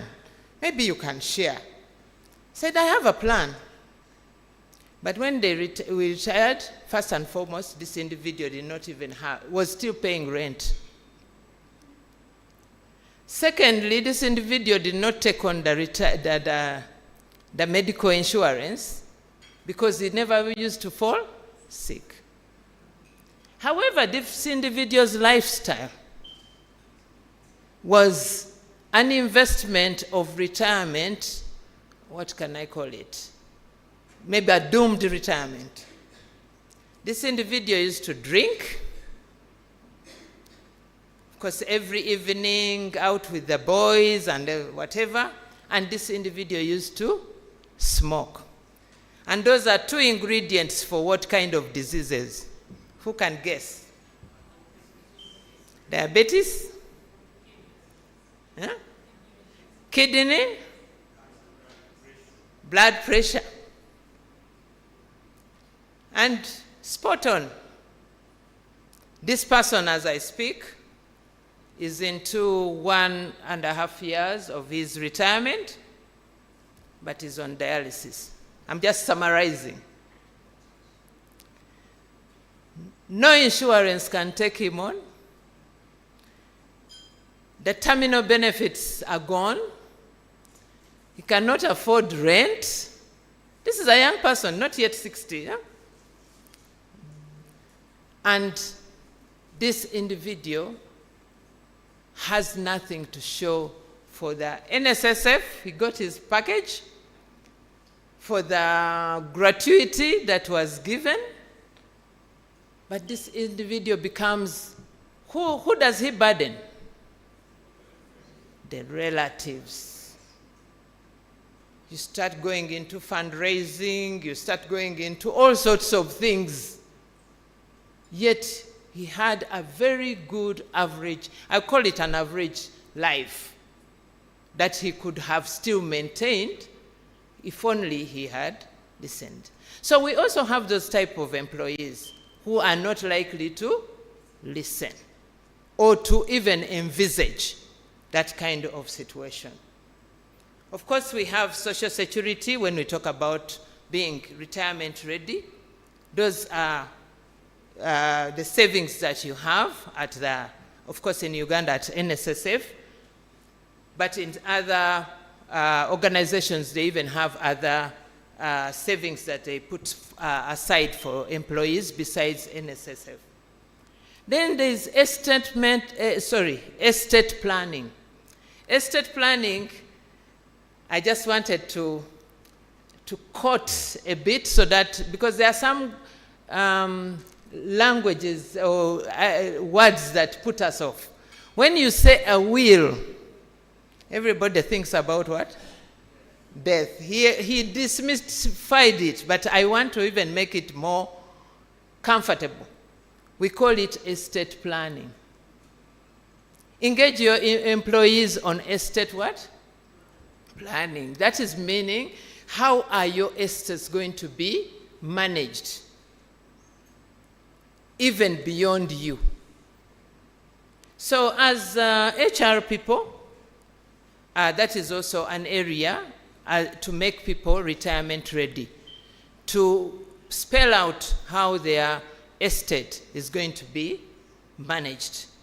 And one of the things that I've done in areas where I've been employed, is to cater for that. Share with you shortly. Then there are lifestyle changes.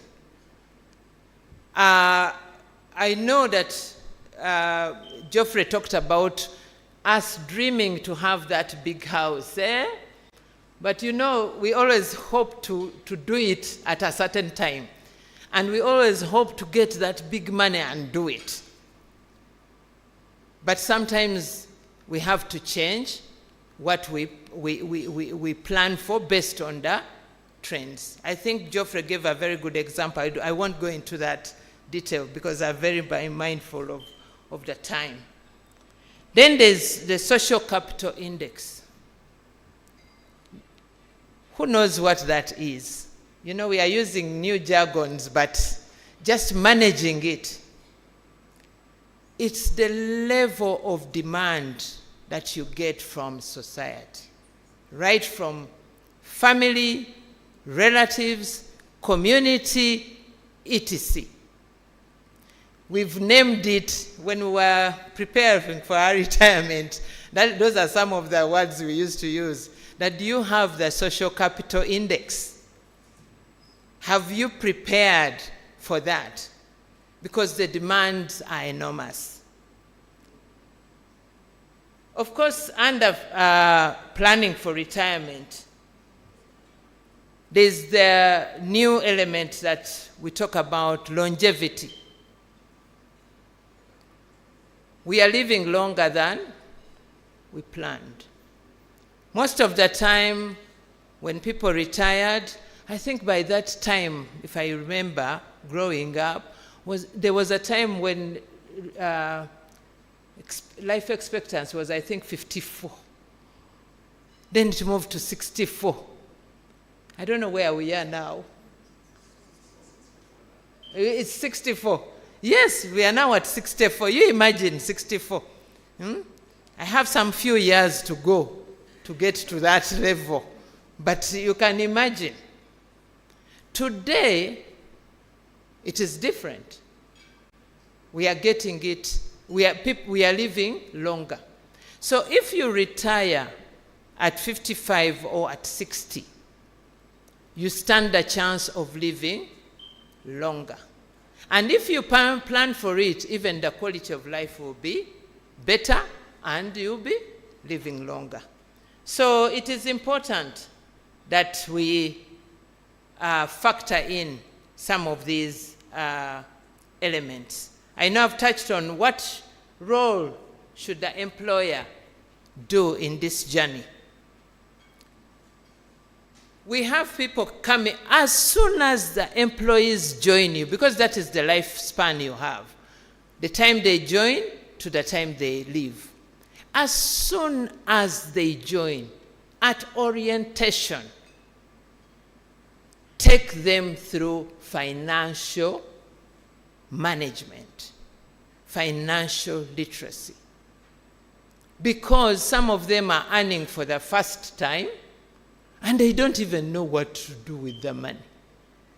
And they start, of course, one of the dream things we have as soon as you leave campus, what do you want to spend on? What is the biggest item? Car! That is what our dream world is. Of course, we know we'll rent a house, whatever, but we want to drive our own car. It's not bad, it's not wrong, it's okay. But take them through financial management so that they understand what to do. Then during the stay is when you partner with the likes of NSSF to provide continuous financial literacy at every stage. Unfortunately, I have a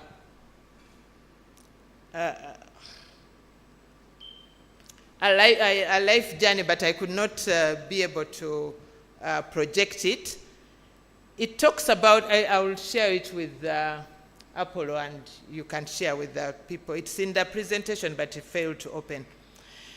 It talks about our life from the time you are 0 age, it's just one slide, to the time it's assumed that if you plan very well, you live until 90. But at 0 age, of course, you go through until teens. At the age of 20, between 20 and 30, you now start your life, kind of independent from your parents and so on. And that is a critical life. Then from there, in between 30s and 40s, you are bringing up a family. But at that time, while you are bringing up a family, you should be thinking about having your home. Somebody talked about a home. She was 27 and she put up a home. That was great. But how many of us even think about homes? Then between 40 and 50, the children are growing and almost leaving your home. At 50, they are in their university. You are again beginning to be the two of you. At that time, actually 50, retirement is what? Is kicking in. But look at the things they are talking about. You are playing golf, going for travel, going to see colleagues, doing your hobbies, the things that you wanted to do when you couldn't during the family life. That goes on up to about 70. Between 70 and 80, you are beginning to grow old. And that is when, of course, health is at its worst, but at the same time, you are beginning to get the third what? The third leg. Between 80 and 90, you are actually now old, and now the only thing you think about is maybe traveling, a small traveling, and so on. But God is now the prime person in your life. You are looking towards going to heaven, preparing for heaven. It's a very interesting cycle. But it gives you an indication of what are the things you should have been doing at certain stages of your life. And those are the things that you are supposed to be thinking of and trying to create an environment for your employees to be able to prepare for the next. Somebody was talking about when you are 20, you should be planning for the things you are going to be doing, you require in the 30s. When you are 30, into the 30s and 40s and so on. So don't wait until the last minute. But I want to be different. Even when you are 55 or 50, and you are expecting some finances, you can still make a turn around. You can still I can still do the right things. I think Godfrey is the one who shared with us an example of the person who had the 2 billion, was it 2 billion, who wanted to build that big house. But what did he do? He picked the right option, investment option. And now he's still earning, but his money is still there, and he's still living a good life. So those are things that you can expose your employees to. The retirement products. I think Stanbic has mentioned the number of products that they have that can be considered. Taking appropriate investments. At this point in time, I think a lot has been said. All I can do is share my own personal experience. As an HR professional, one of the first things that I do in an organization, the moment I join that organization, is to see what is the plan for employees. What is the exit plan? Because for me, that is critical. The moment I enter, I'm already resigning, meaning I'm already exiting in terms of what is it that I get out of this organization to the next level. So retirement should be at entry, not at exit. The moment you enter, you're planning for your exit. It could be retirement, it could be just an exit to another building block. I'll give you an example. In MTN, I was one of the pioneers of MTN. We started MTN. I was the HR for MTN.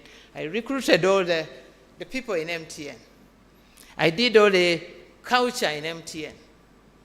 But one of the things that disturbed me was that we were we were the highest paying in the market in terms of salaries, benefits, and even a working environment. But most importantly, the compensation.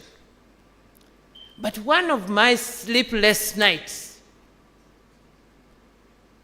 was when staff were up in arms that they were not getting enough, they need more salary. Every time we were meeting them, they wanted more salary. And I said, why, for heaven's sake? I did all the salary surveys. We were still top. We wanted to be in the 75th percentile, but we were actually in the 100th percentile in pay. And I said, no, I'm not adding more money. But I did not stop at saying no. As an HR, I sat down to understand what was happening. These were very young people that we were recruiting. Most of them had been abroad that we were employing. And many of them, it was their first job. So I realized they were living beyond their spend. So I decided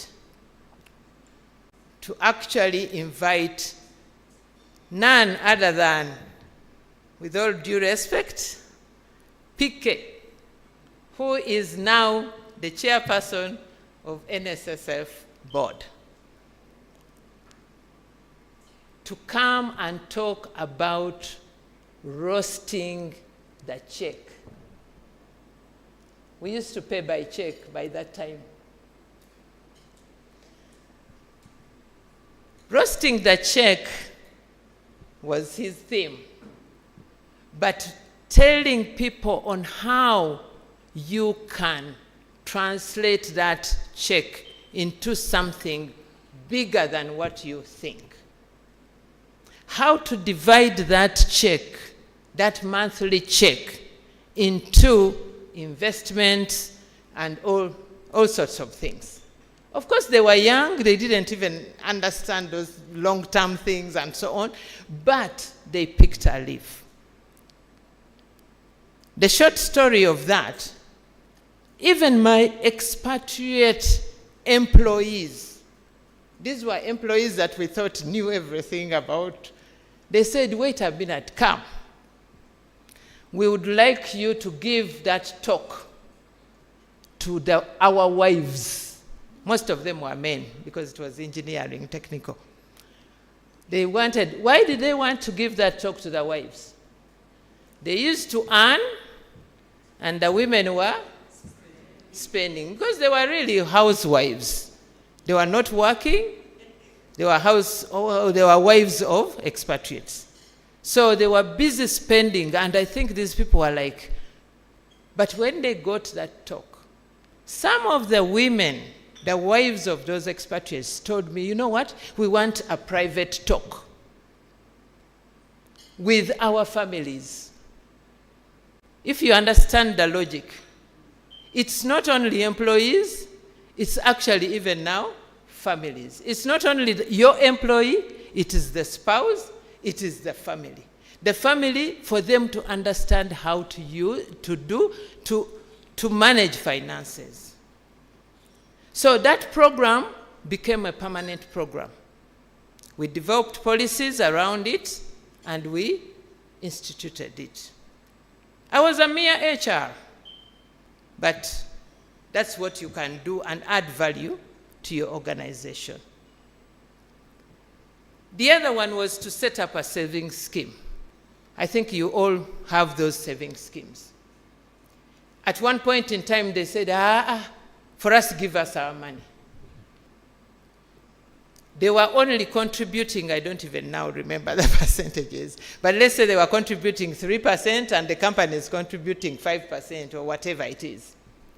But remember, that is just a small percentage of the entire amount. But you cannot manage the full amount, but you are asking for that small saving.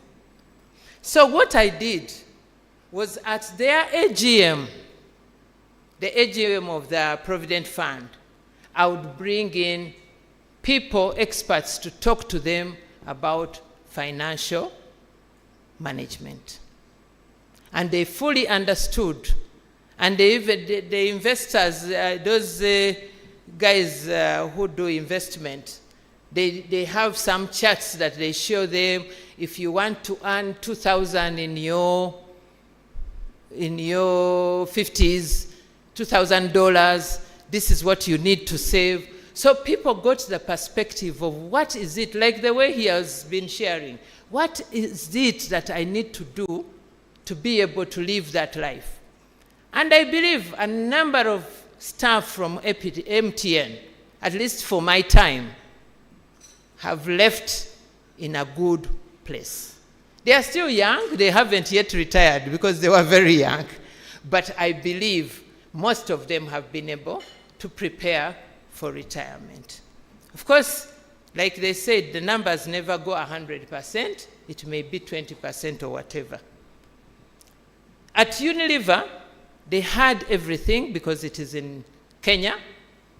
Kenya has a very good culture of saving. I think because of their formal sector is bigger than, they have a very big formal sector, and most of them don't have side hustles. So what I did, I realized that most of them live in rented houses. And yet renting as an expenditure in retirement is critical. So what I did was to do a housing scheme, where again we partnered with financial institutions, and they were able to start owning houses. The good thing that in Kenya they had the condominium law, they had all those laws that we are now putting in place in Uganda. They had them, and it was very easy. They just needed to own a condo. And you talked about people living in the village or having grown in the village.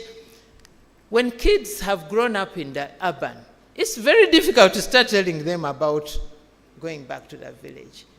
So they also thought that they were supposed to put up a house in the village.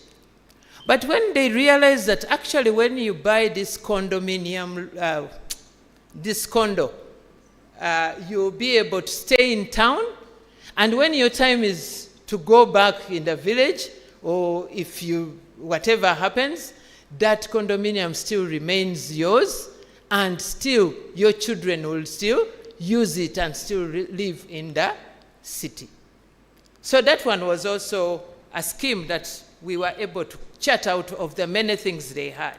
So you need to look at what is it that they need in retirement that needs to be catered for right now. At Centenary, we have a big provident fund, and that fund, of course, the employer contributes a percentage, and employee also contributes. But at one point in time, the time I joined the organization, they wanted the fund scrapped because they said it doesn't benefit them. They were young. Of course, I fought tooth and nail. We were able to retain the fund. But what we did was, again, we introduced a voluntary scheme, like the way NSSF did, but we did that before NSSF. But of course, it was not forthcoming. There were those who wanted to save more and those who didn't want. So we made it voluntary. But as I go back in my new capacity, I realized that those who are saving voluntary, the numbers have actually gone up because they are getting a very good return, and they are realizing it's the only saving second to NSSF that they have. So again, on that scheme, every AGM, I know Jeffrey was reminding me, he actually came at one of them to come and give them financial literacy, to give them more details about how to, what the investments that we are putting in. Because they are bankers, they used to tell us, why are you putting in our money in the equity? Equity is losing money, and yet we could actually invest that money. Of course, when you are in such a fund, it's long-term investment that you will be considering. So we gave them talks, they were able to understand, but at the same time to also educate them that, because some of them started exiting in order to access that money, but within less than 2 years, they would have lost their money. So they come back again asking for employment. Okay, I'm about. Then another thing that we did introduce recently is midterm access. So those are also opportunities that you can also give that. But we do that in conjunction with UBRA and also with NSSF, because we learn from each other. We also have a medical scheme, which we have made sure that it is carried forward into the retirement. I know, of course, I was chatting with the MD that has the bill allowed us to do certain products, because there are some products that the fund was talking about that they would like to go into. And therefore, that we should look out for those products, because medical is very critical. Insurance is so critical, especially, and if you want to prepare for the retirement, make sure that you start getting used to managing the premium and so on, because it's very, very important. My own journey, I think Apollo talked about, I teamed up with ladies, fellow ladies of like minds. We were young, we had little kids, and we decided to put up a school. But that time it was not a school, it was a daycare to look after, because we felt we had a problem. So we asked them to look after that, to look after kids and so on. But the gist of this is that that investment, you could not do it individually. So we partnered together, we pulled money together, we put up a school. Eventually it turned into a school because of the pressure of the parents. It was a daycare, moved to nursery. From nursery, every time the parents were like, we are not taking our kids anywhere. Now it's up to P7. So, but what is the beauty about it? The beauty about it is that we put in structures that are giving us dividends. So dividends, putting in equity, or we bought shares and so on. So that one has been also one of the things that I see, that we can also educate staff to come together and, with their colleagues, but do it, but put in systems that will help you. To this date, we collect our dividends. The other thing that I wanted to share is that already they've talked about land and so on. But what I realized is that there is what we call passive and active investment. When you are working and hustling, passive investment is the best, because in many cases we do the wrong investments with some people. But active investment is good when you can be able to give it the time and manage. Debt management. Debt management is one of those things that one needs to manage before they exit. You need to pay off all your loans, if possible, before retirement. Because in retirement, it's very challenging. What are the opportunities and options? I think I've just mentioned some of them. But one of the things is to diversify and make sure that you put your investments. I invested in land. I will share one example of property. After my savings, when I was leaving for that expatriate job in Unilever, I was asked to take my money. I opted not to. It was very attractive, but I said, no, let me leave it to collect whatever small interest it collects in NSSF. When I came back, I worked, and when I realized I have like 5 years or so ahead of me to retire, I decided to pick the money. But what did I do?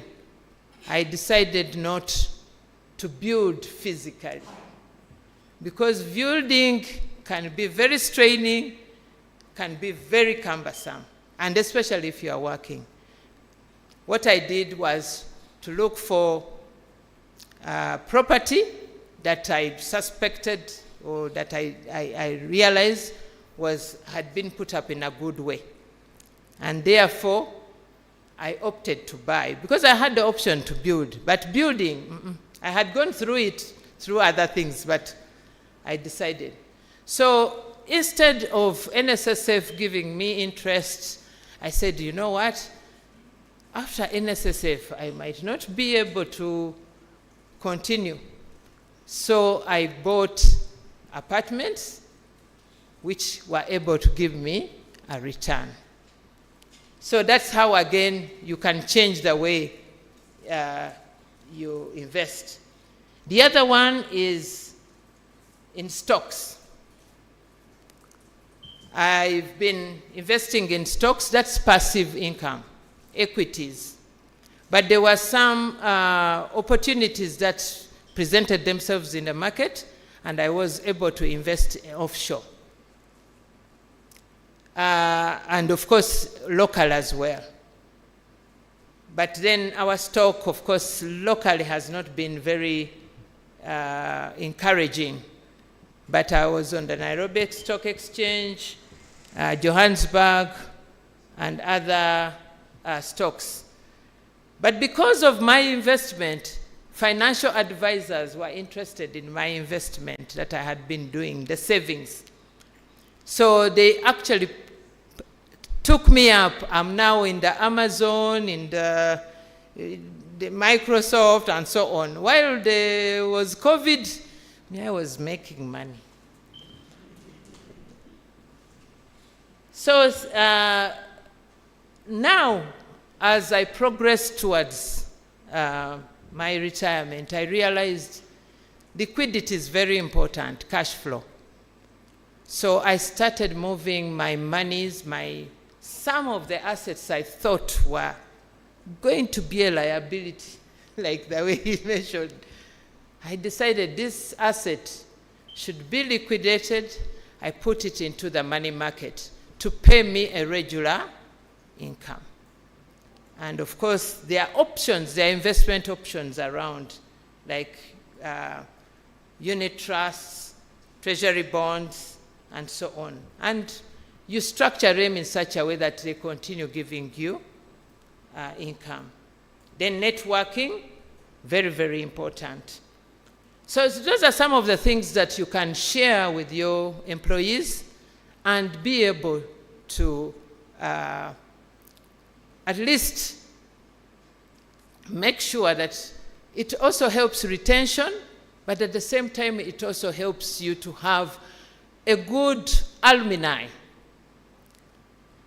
And some of the other things that are available, which I hope NSSF can be able to develop given the new bill, are things like annuities, because that is very important, regular flow of income.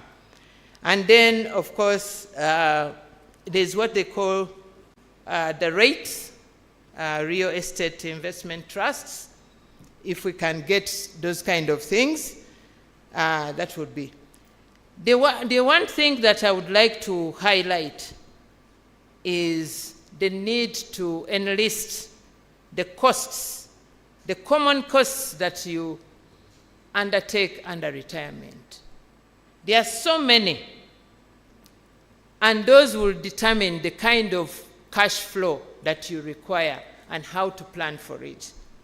These include housing, healthcare, extended family emergency costs, food, energy, transportation, taxes, house help or gardener, data, because that's airtime costs, internet, travel, entertainment, all these costs.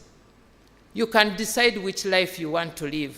And you say, this is what I want to spend on that. And then you know what kind of inflows or what kind of money that you need to live a better life. Last is the time.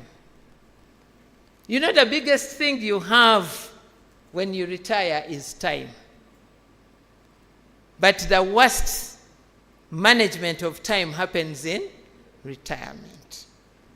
So it is important to mentally prepare the employees for how to manage their time. Right when they are still at work, but as they progress towards what? Their exit. Because it's very, very unfortunate. Do you know that you can actually sleep and sleep and sleep because you have nobody telling you to go to somewhere? But you are actually slipping into depression. Those are some of the things that are likely to happen. Highlights of pitfalls, things that are likely to challenge you, is when you don't have a clear plan, especially when you start late in the retirement. Overspending. When you get that benefit, you think it is it's money from heaven. It's your sweat. So there's a tendency to overspend. And we also have some people who are in this market who know that people have retired, and they bring them sham businesses.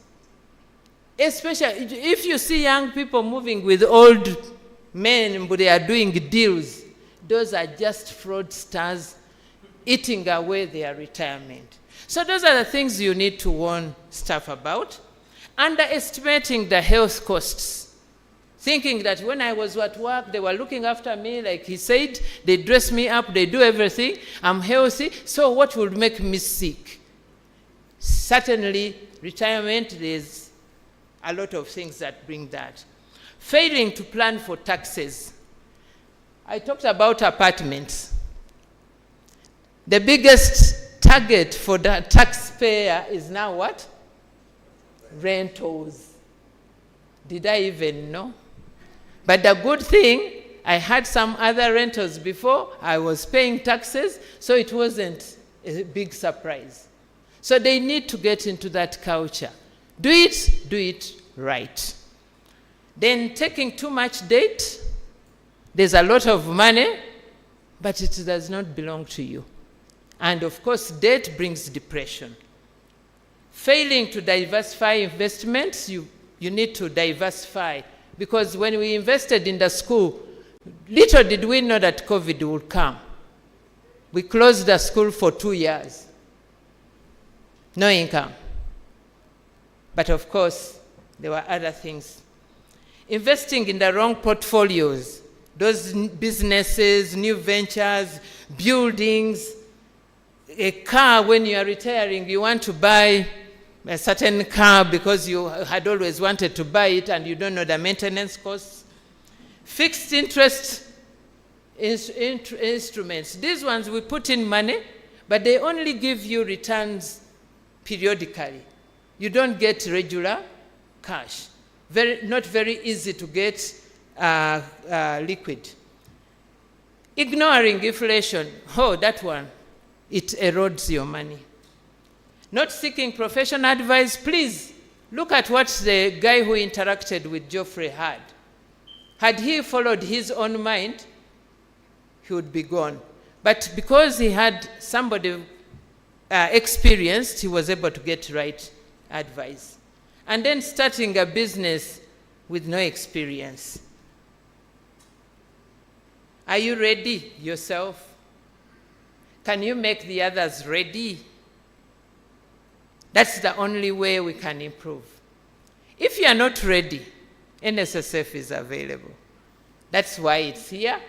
It has all the expertise. I've not been paid. I was, by the way, a member of the board, so I have my fiduciary responsibilities but are you ready? So please go back, look at your people, engage your people. Do you engage your people one-on-one to see what exactly they may be, what are the requirements? That is very helpful. But what I like is NSSF is ready to partner with you, to engage the people one-on-one and prepare them for retirement. A person who is ready and prepared will be very productive at work. I left employment and everybody was like, how can you? Yeah, I said, you know what? There's a time for everything.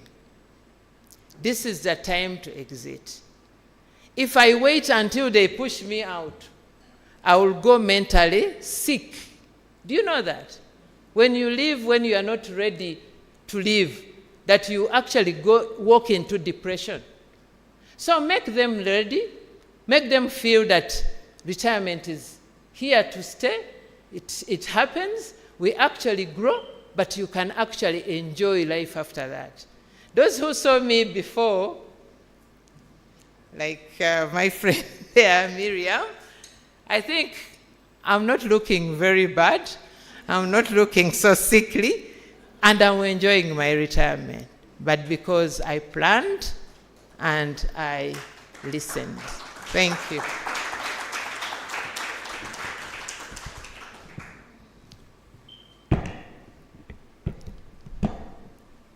Thank you so much. Give another round of applause. Yes, please. Thank you so much. You can take your leave. Okay. Please give another round of applause.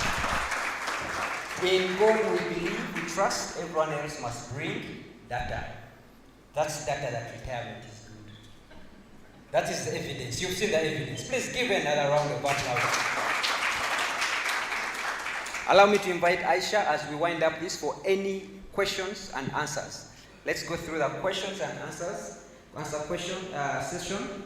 But first, I will start with mine and I will take the microphone to Patrick. Florence raised some questions. What does the product space look like? Annuities. She spoke of that. Maybe you could give some light in that space as the others get into the questions. Actually, annuities are part of the plan. When the law was amended, allows you or the fund to get into an arrangement with a member on programmed withdrawals. You may even say what you want, what you do, just give me my interest once a year, keep the principal there until it earns more. So that's going to be very flexible for members. Once we're actually done with the trust laws, when you hit the age of 55, 60, many times you are done with the education of your kids, you have a house. So they want you to begin to think about legacy. So there are other assets you may have that are outside NSSF. Can we work together? You bring those back into NSSF, because then you know that the safekeeping, the investment of that is going to be safe, helping you go through the rest of your life and the next generation. So that's flexible. Thank you very much, Patrick, for that clarification. Good morning, members. I'll be taking on the Q&A session, which we are going to do for the next 25 minutes. Okay, so while we are here, we also had our colleagues and members who are there online, and I managed to pick up a few comments from YouTube, YouTube, Twitter, and the online platform we had.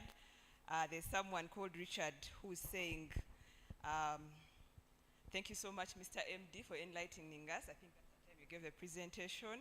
We also had Kusima saying, retiring when kids are starting school and changing diapers, Lord help us. Geoffrey, that was from your presentation. The audience is very excited about the initiative and the program. And someone from Bulambuli called Richard Reeves is saying, I'm clapping all the way here from Bulambuli. And it's a great initiative. It's been long overdue. Kudos, NSSF. So other questions here we have, this is going to go to Mr. Headmaster, sir. For the Your Benefits program, what are the expectations from the employer? That's number one. Then this is to Geoffrey. Data statistics are important information in analyzing quality of life. On the basis of NSSF statistics, what would the minimum acceptable wage to maintain a decent life at retirement look like? Those are the questions from online. Also, there were inquiries about the catalog and the manual that was given in here. The online colleagues wanted us to share it with them. It will be uploaded on our NSSF website once it's ready. If you have any questions in the room, feel free to raise your hand, bring the microphone to you. Or you can write them down. My colleagues will be able to select and answer. Thank you, Aisha. A very good morning to you all. Uchanda Jimmy from EcoBank. Thank you, Patrick, Florence, and Godfrey. Very insightful sites that we've picked up here. What I liked was when you took us through the projection of the voluntary collections and what it meant. I also noticed that that is available within the NSSF Go app. It's a very powerful tool. I'd encourage those that haven't downloaded it, please download it. The question I have is something I picked from Florence. She talked about real estate investment trust. That is something I'd very much like to learn. Thank you.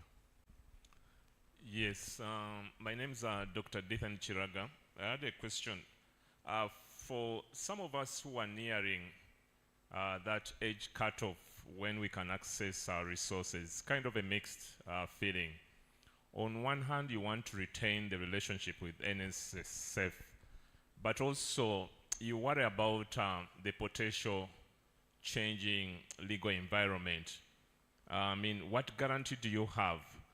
Because even for the last debate, there was an issue around the taxation of benefits. So you wonder what will happen then a couple of years from now, where you thought maybe you were guaranteed a certain amount of saving, and then who knows what will happen then, where someone legislates and maybe the country is struggling financially and the taxation is actually increased. But also Patrick touched on the issue of making sure we align our wills with what we indicate when we are registering for NSSF. And I quickly tried to log on. I realized that my dependents actually had changed since then. The system doesn't enable us to change. I remember I tried that a couple of years back.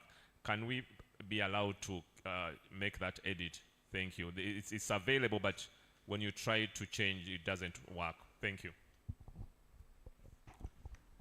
Thank you very much. My name is Paul Romanda, and I wanted to, we've seen so much from the Your Benefits and what NSSF is doing. But what didn't come out clear for us, I'm representing employees as well as myself, is the interest regime per se. Whereas we want to grow voluntary contributions, we're also aware that our money only earns interest as a balance of 30th June every year. So what happens to those monthly collections? I know there is an amendment, but how fast can that be fast-tracked for us to be confident and for us to, for you to position NSSF better than the other players in the market? Thank you. Thank you very much. We'll take one last round of questions from. Thank you very much. Code Elijah. These sessions are very interesting, very helpful. Let me use 1 minute. I've benefited from the support NSSF has been giving to us as employers. Thank you very much. Through Jacqueline, Apollo, Patricia. I've also benefited, luckily, from Stanbic Bank. So I'm happy about the partnership. The products are really good. So I think we are headed for better things with the partnership. With Stanbic Bank, I've seen James and the team, they've done great work for us. I work with Mercy Corps. I want to talk about 2 things. And I'm going to use statistics that are non-substantiated. He said it takes around 5 years for somebody to become a subject matter expert in things. So in the context of the support that we get in terms of becoming financially literate as employees, as employers supporting our employees, I've been trying to reflect on the level of effort and intervention given from NSSF. It's great investment so far being done. I'm not complaining. But I think maybe we might need more to support the teams that support employees and employers. Even in terms of the competencies, that whole journey of becoming financially literate as an employee, as a Ugandan, because I'm also looking, the MD has been talking about the national perspective, policy perspectives. In my mind, what's going on, what more can be done to transform? I know Apple was reading the vision of a person that NSF is supporting, independent, able to make decisions. It's a good vision, but how do we reach there? It's a strategic question that I think we need to think about in terms of more transformative interventions and maybe scaling up. As I said, I'm not complaining, but for me, that's a question that I'm thinking about. What else can we do to change the tides? Okay, is from the statistics we have been getting, 85% or 60, 80 of people that get problems after 2 years, after receiving their money. When I look at those statistics that we are talking about, discussing, my question, I'm saying, yes, we have done what's maybe that's good, but maybe it might not be good enough. So at a strategic level, even as we do all the sessions, we do different things, the workshops, the mentorship programs, at the back of my mind, I'm asking NSSF and maybe Stanbic Bank teams, what else can we do? It's a question I cannot answer, but maybe it's a collective question that all of us need to think about. Coming from the learning perspectives, takes around 5 years for somebody to become an expert at what they're doing. So if we have these bits of sessions, yes, they will help us to reach somewhere, but maybe they may not, we might not achieve the vision that we want to achieve. Thank you very much. Thank you very much. Geoffrey, I'll invite you to the platform to answer the first set of questions for the sake of the online audience. Kindly.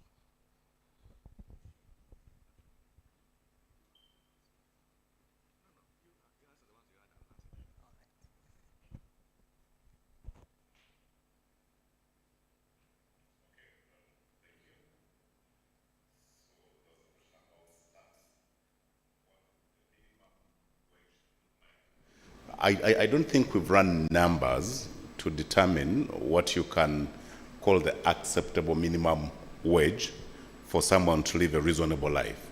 I would be lying if I told you that those numbers were there. But because we're a scheme that covers every Ugandan, regardless of how much you earn, we try to model solutions that should be able to work for every person. Okay, so don't look at it in terms of I need to be earning this much to be able to make it. Even in terms of what is reasonable, it is relative. I keep telling people that there is a story of a sugarcane cutter who was saving with a fund. He was working at Kakira. And on average, I think they were earning less than 200,000 shillings per month. And that's a typical member of NSSF. Now, this person cut cane for about 30 years. One day they qualified to pick their money, and we paid them slightly less than 30 million shillings. But because they were earning less than 200K, For them, they almost ran mad because 30 million shillings was a lot of money. This gentleman had his own land in Arua. He baked bricks. He built a nice house, bought iron sheets, and roofed his, I think it was like a 2-bedroom house, and he said he spent less than 5 million shillings on his house because the bricks were his. He was building on his land. And he said he named his house NSSF. And he said without having saved with NSSF, he would never have a decent shelter. Now, to a person in this room who is earning 10 million, 20 million, 30 million, they look at 30 million and say, what can you possibly do with 30 million? But you should also understand it in context. If I was earning 200,000 and you give me 30 million, probably it can be the amount that will transform my life. So this gentleman goes back to Arua, builds a house at less than 5 million shillings, and is not looking at your type of house. And for him, he's happy. Whether there is no plaster, he's saying, I have a roof. The rest of the money, he starts a business, opens a shop, and says, I have the biggest shop in my trading center.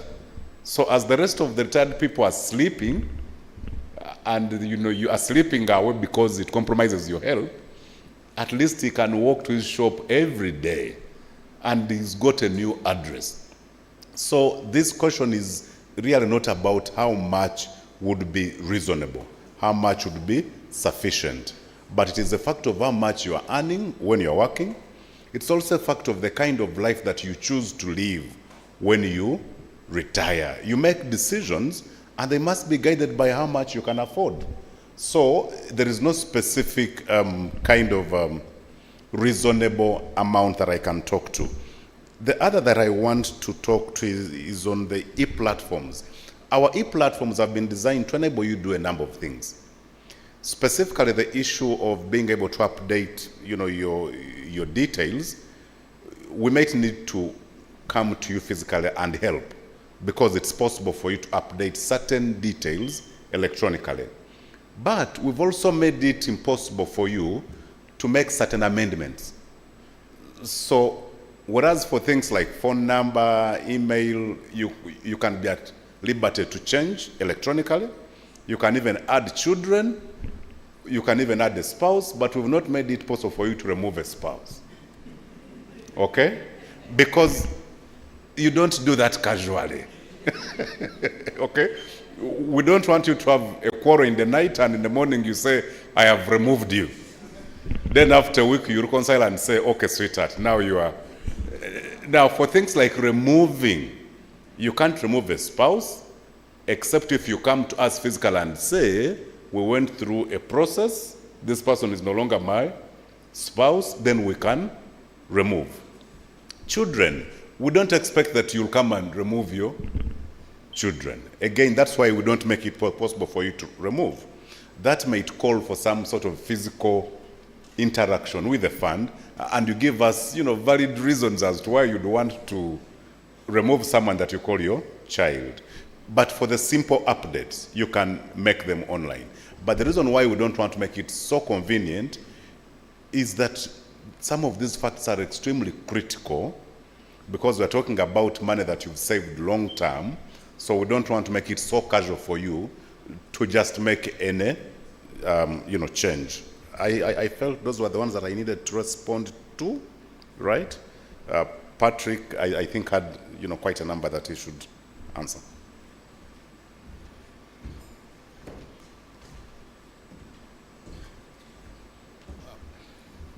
Question came from, I believe, Dr. Kiriaga regarding a change in legal regimes, and you gave an example of taxation of benefits. Actually, I was involved in that. The typical pension fund in most developed countries, they use the tax code to encourage savings. And there are basically three types of tax regimes that govern pensions. One is they tax you before you put your money in NSSF.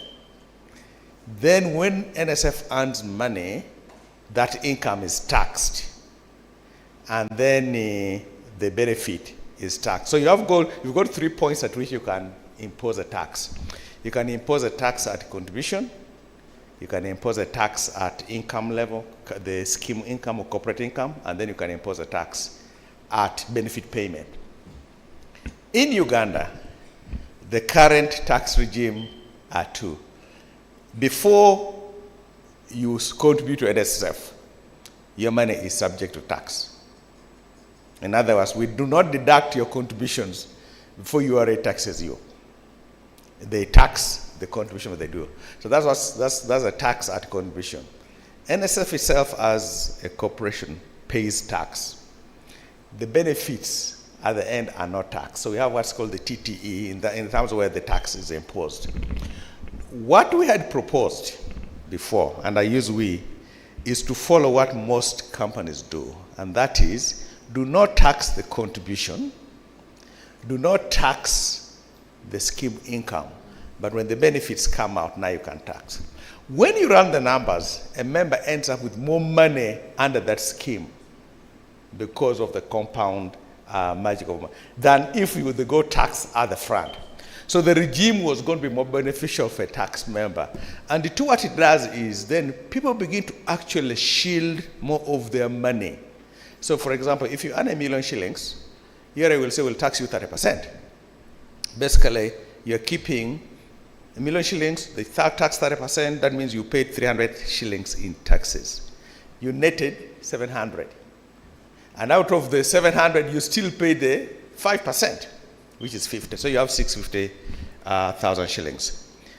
Under a regime where that taxation doesn't occur, you have $1 million shillings, you still pay 5%, so you pay 50,000 shillings. Now you can let tax you at the 950. Eventually, when you work it out, it works so much better.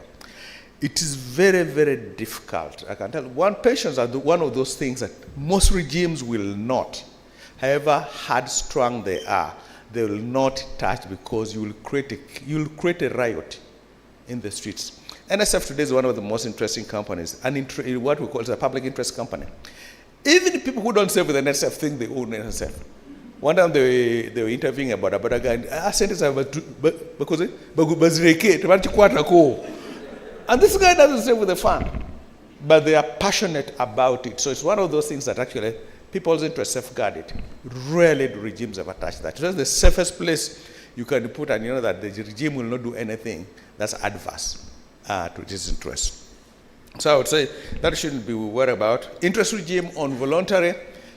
The mandatory interest regime is going to be very different from the voluntary regime is very different from mandatory. And for the simple reason, think of this. In a mandatory, even if NSF gave you 0 interest, the government took care of it by giving you double what you put in.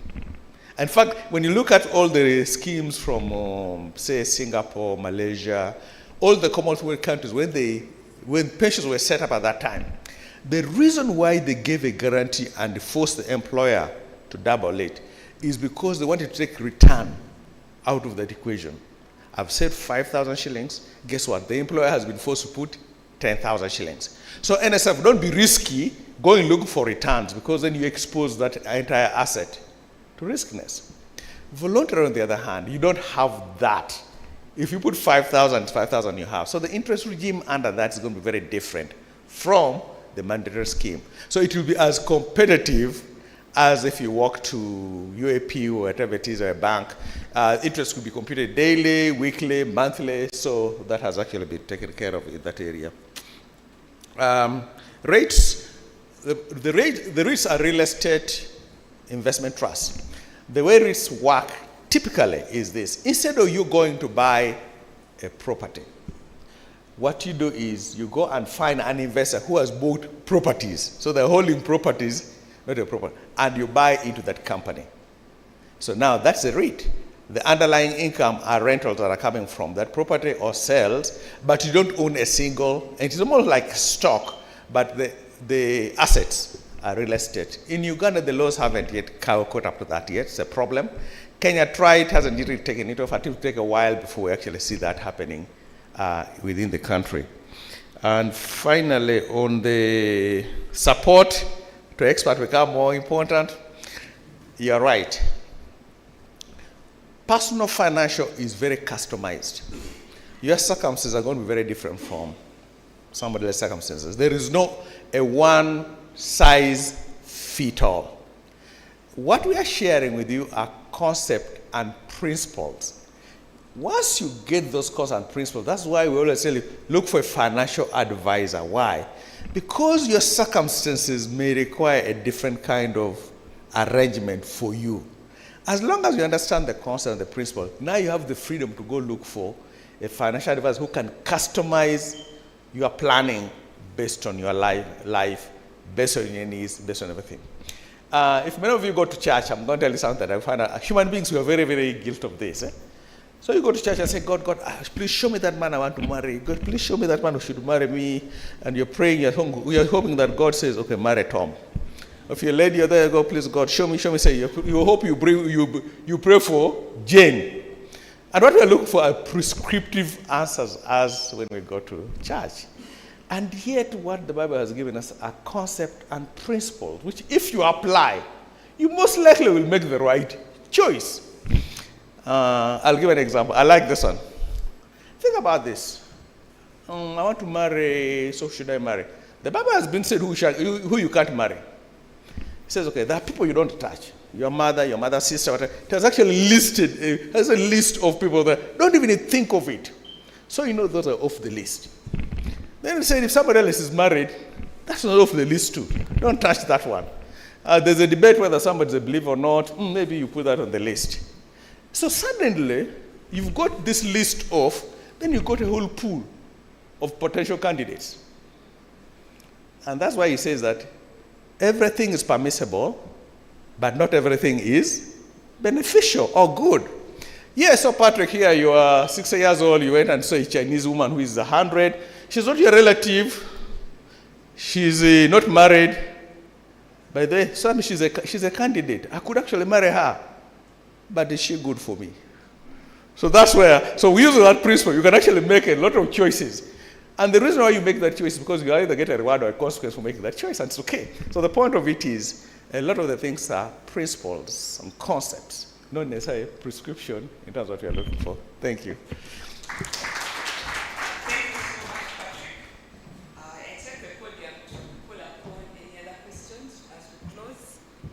And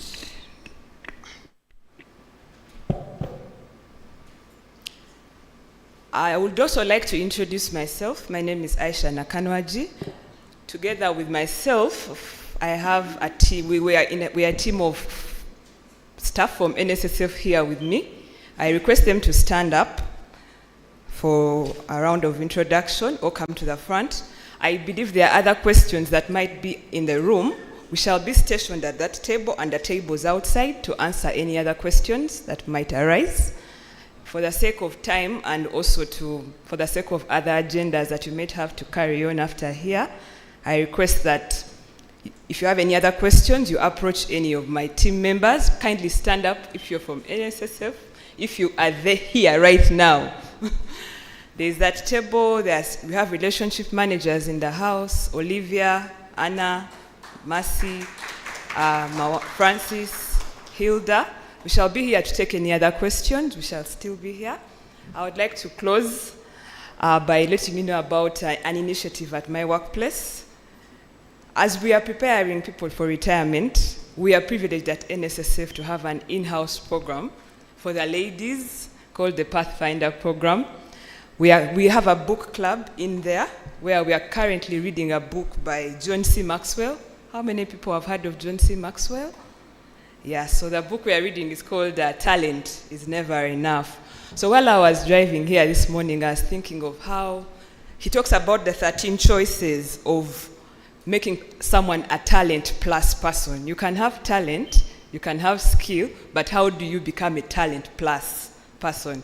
So he speaks about the 13 choices, and among the 13 choices he puts emphasis on is preparation. So this initiative, in my head, I really think it's just preparation. We are preparing ourselves and our employees for a better life. So one of the quotes from that book that I picked up was, if you prepare today, chances are you will not be repairing tomorrow. So I end with that, and I invite a headmaster to bring this occasion to an official close. Let's keep in touch. Thank you, Aisha. Give her a round of applause. And give me a bigger one, because I want to say that she works with me. So some of those good things, please give me a handle. Thank you so much. We want to end at this point, but before we end, let's spell out one thing. And in front of you is a catalog. Every day we wake up, we are making choices on whether to retire in wealth or in poverty. You are preparing to either retire in wealth or retire in repairing your poverty. So the choice in front of you is the voluntary product. Kindly take that choice. If you have taken that choice, please feel free to leave the form just there. Write your name, or you can hand it over as you get out. Write your name, just your name and your phone number. Or if you have your NIN number and your NSSF ID, you can also put them there. But all we need is that number and name. The rest will follow up. So as we end, I want you to spell out ACT, the acronym ACT. So all of us in chorus, all of us, and with all our energy, spell it out. The thing is, spell it out, eh? Okay, let's go. Now, louder with energy. I've been told I haven't given you lunch, but we'll skip that, eh? Let's pretend I have, okay? Now slower. Action. Changes. Things. Things only change when you act. The voluntary form is in front of you. Have a great day. Departure at leisure. We can have a photo op. I invite the MD and our keynote speaker, Geoffrey, and everyone else for a photo op. This photo, you just present to the bank. It is as good as security.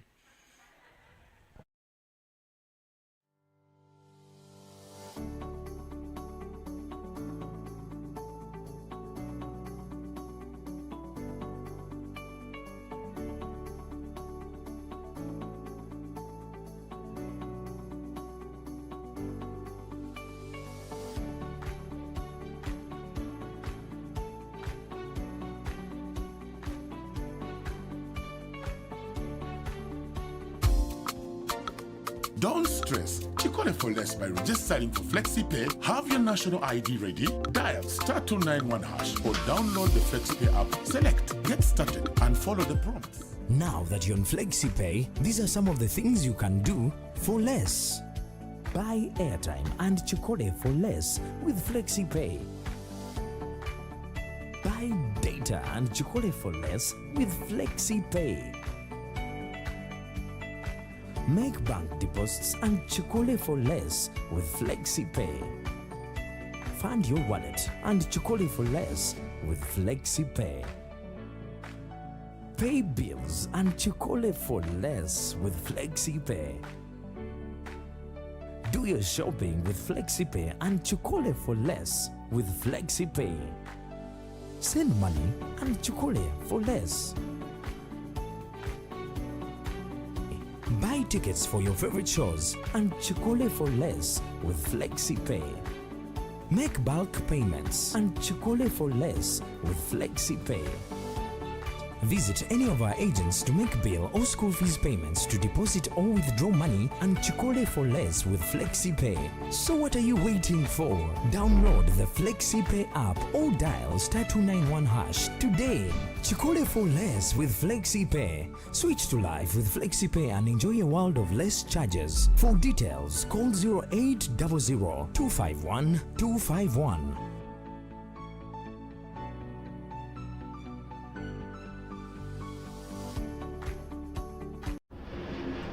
Angela? Yes, mommy. What did you wish for? I want to be a pilot. Want you to fly fly so high in the sky, and When shall we make her have more realistic dreams? We don't kill dreams, we build on them. 'cause you're a star. Dreams come true. Dreams come true. For me and Mama, I thought her dreams would change. I don't want to disappoint my Kasenene. These little things we do today take us one step closer. Whether all you have is just a dream, we are ready to walk that journey with you until it's your reality.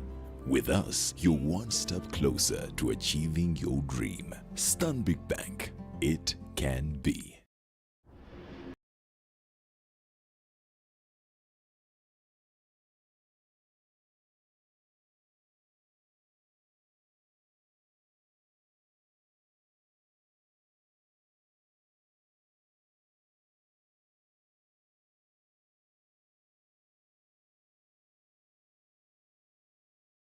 Can be.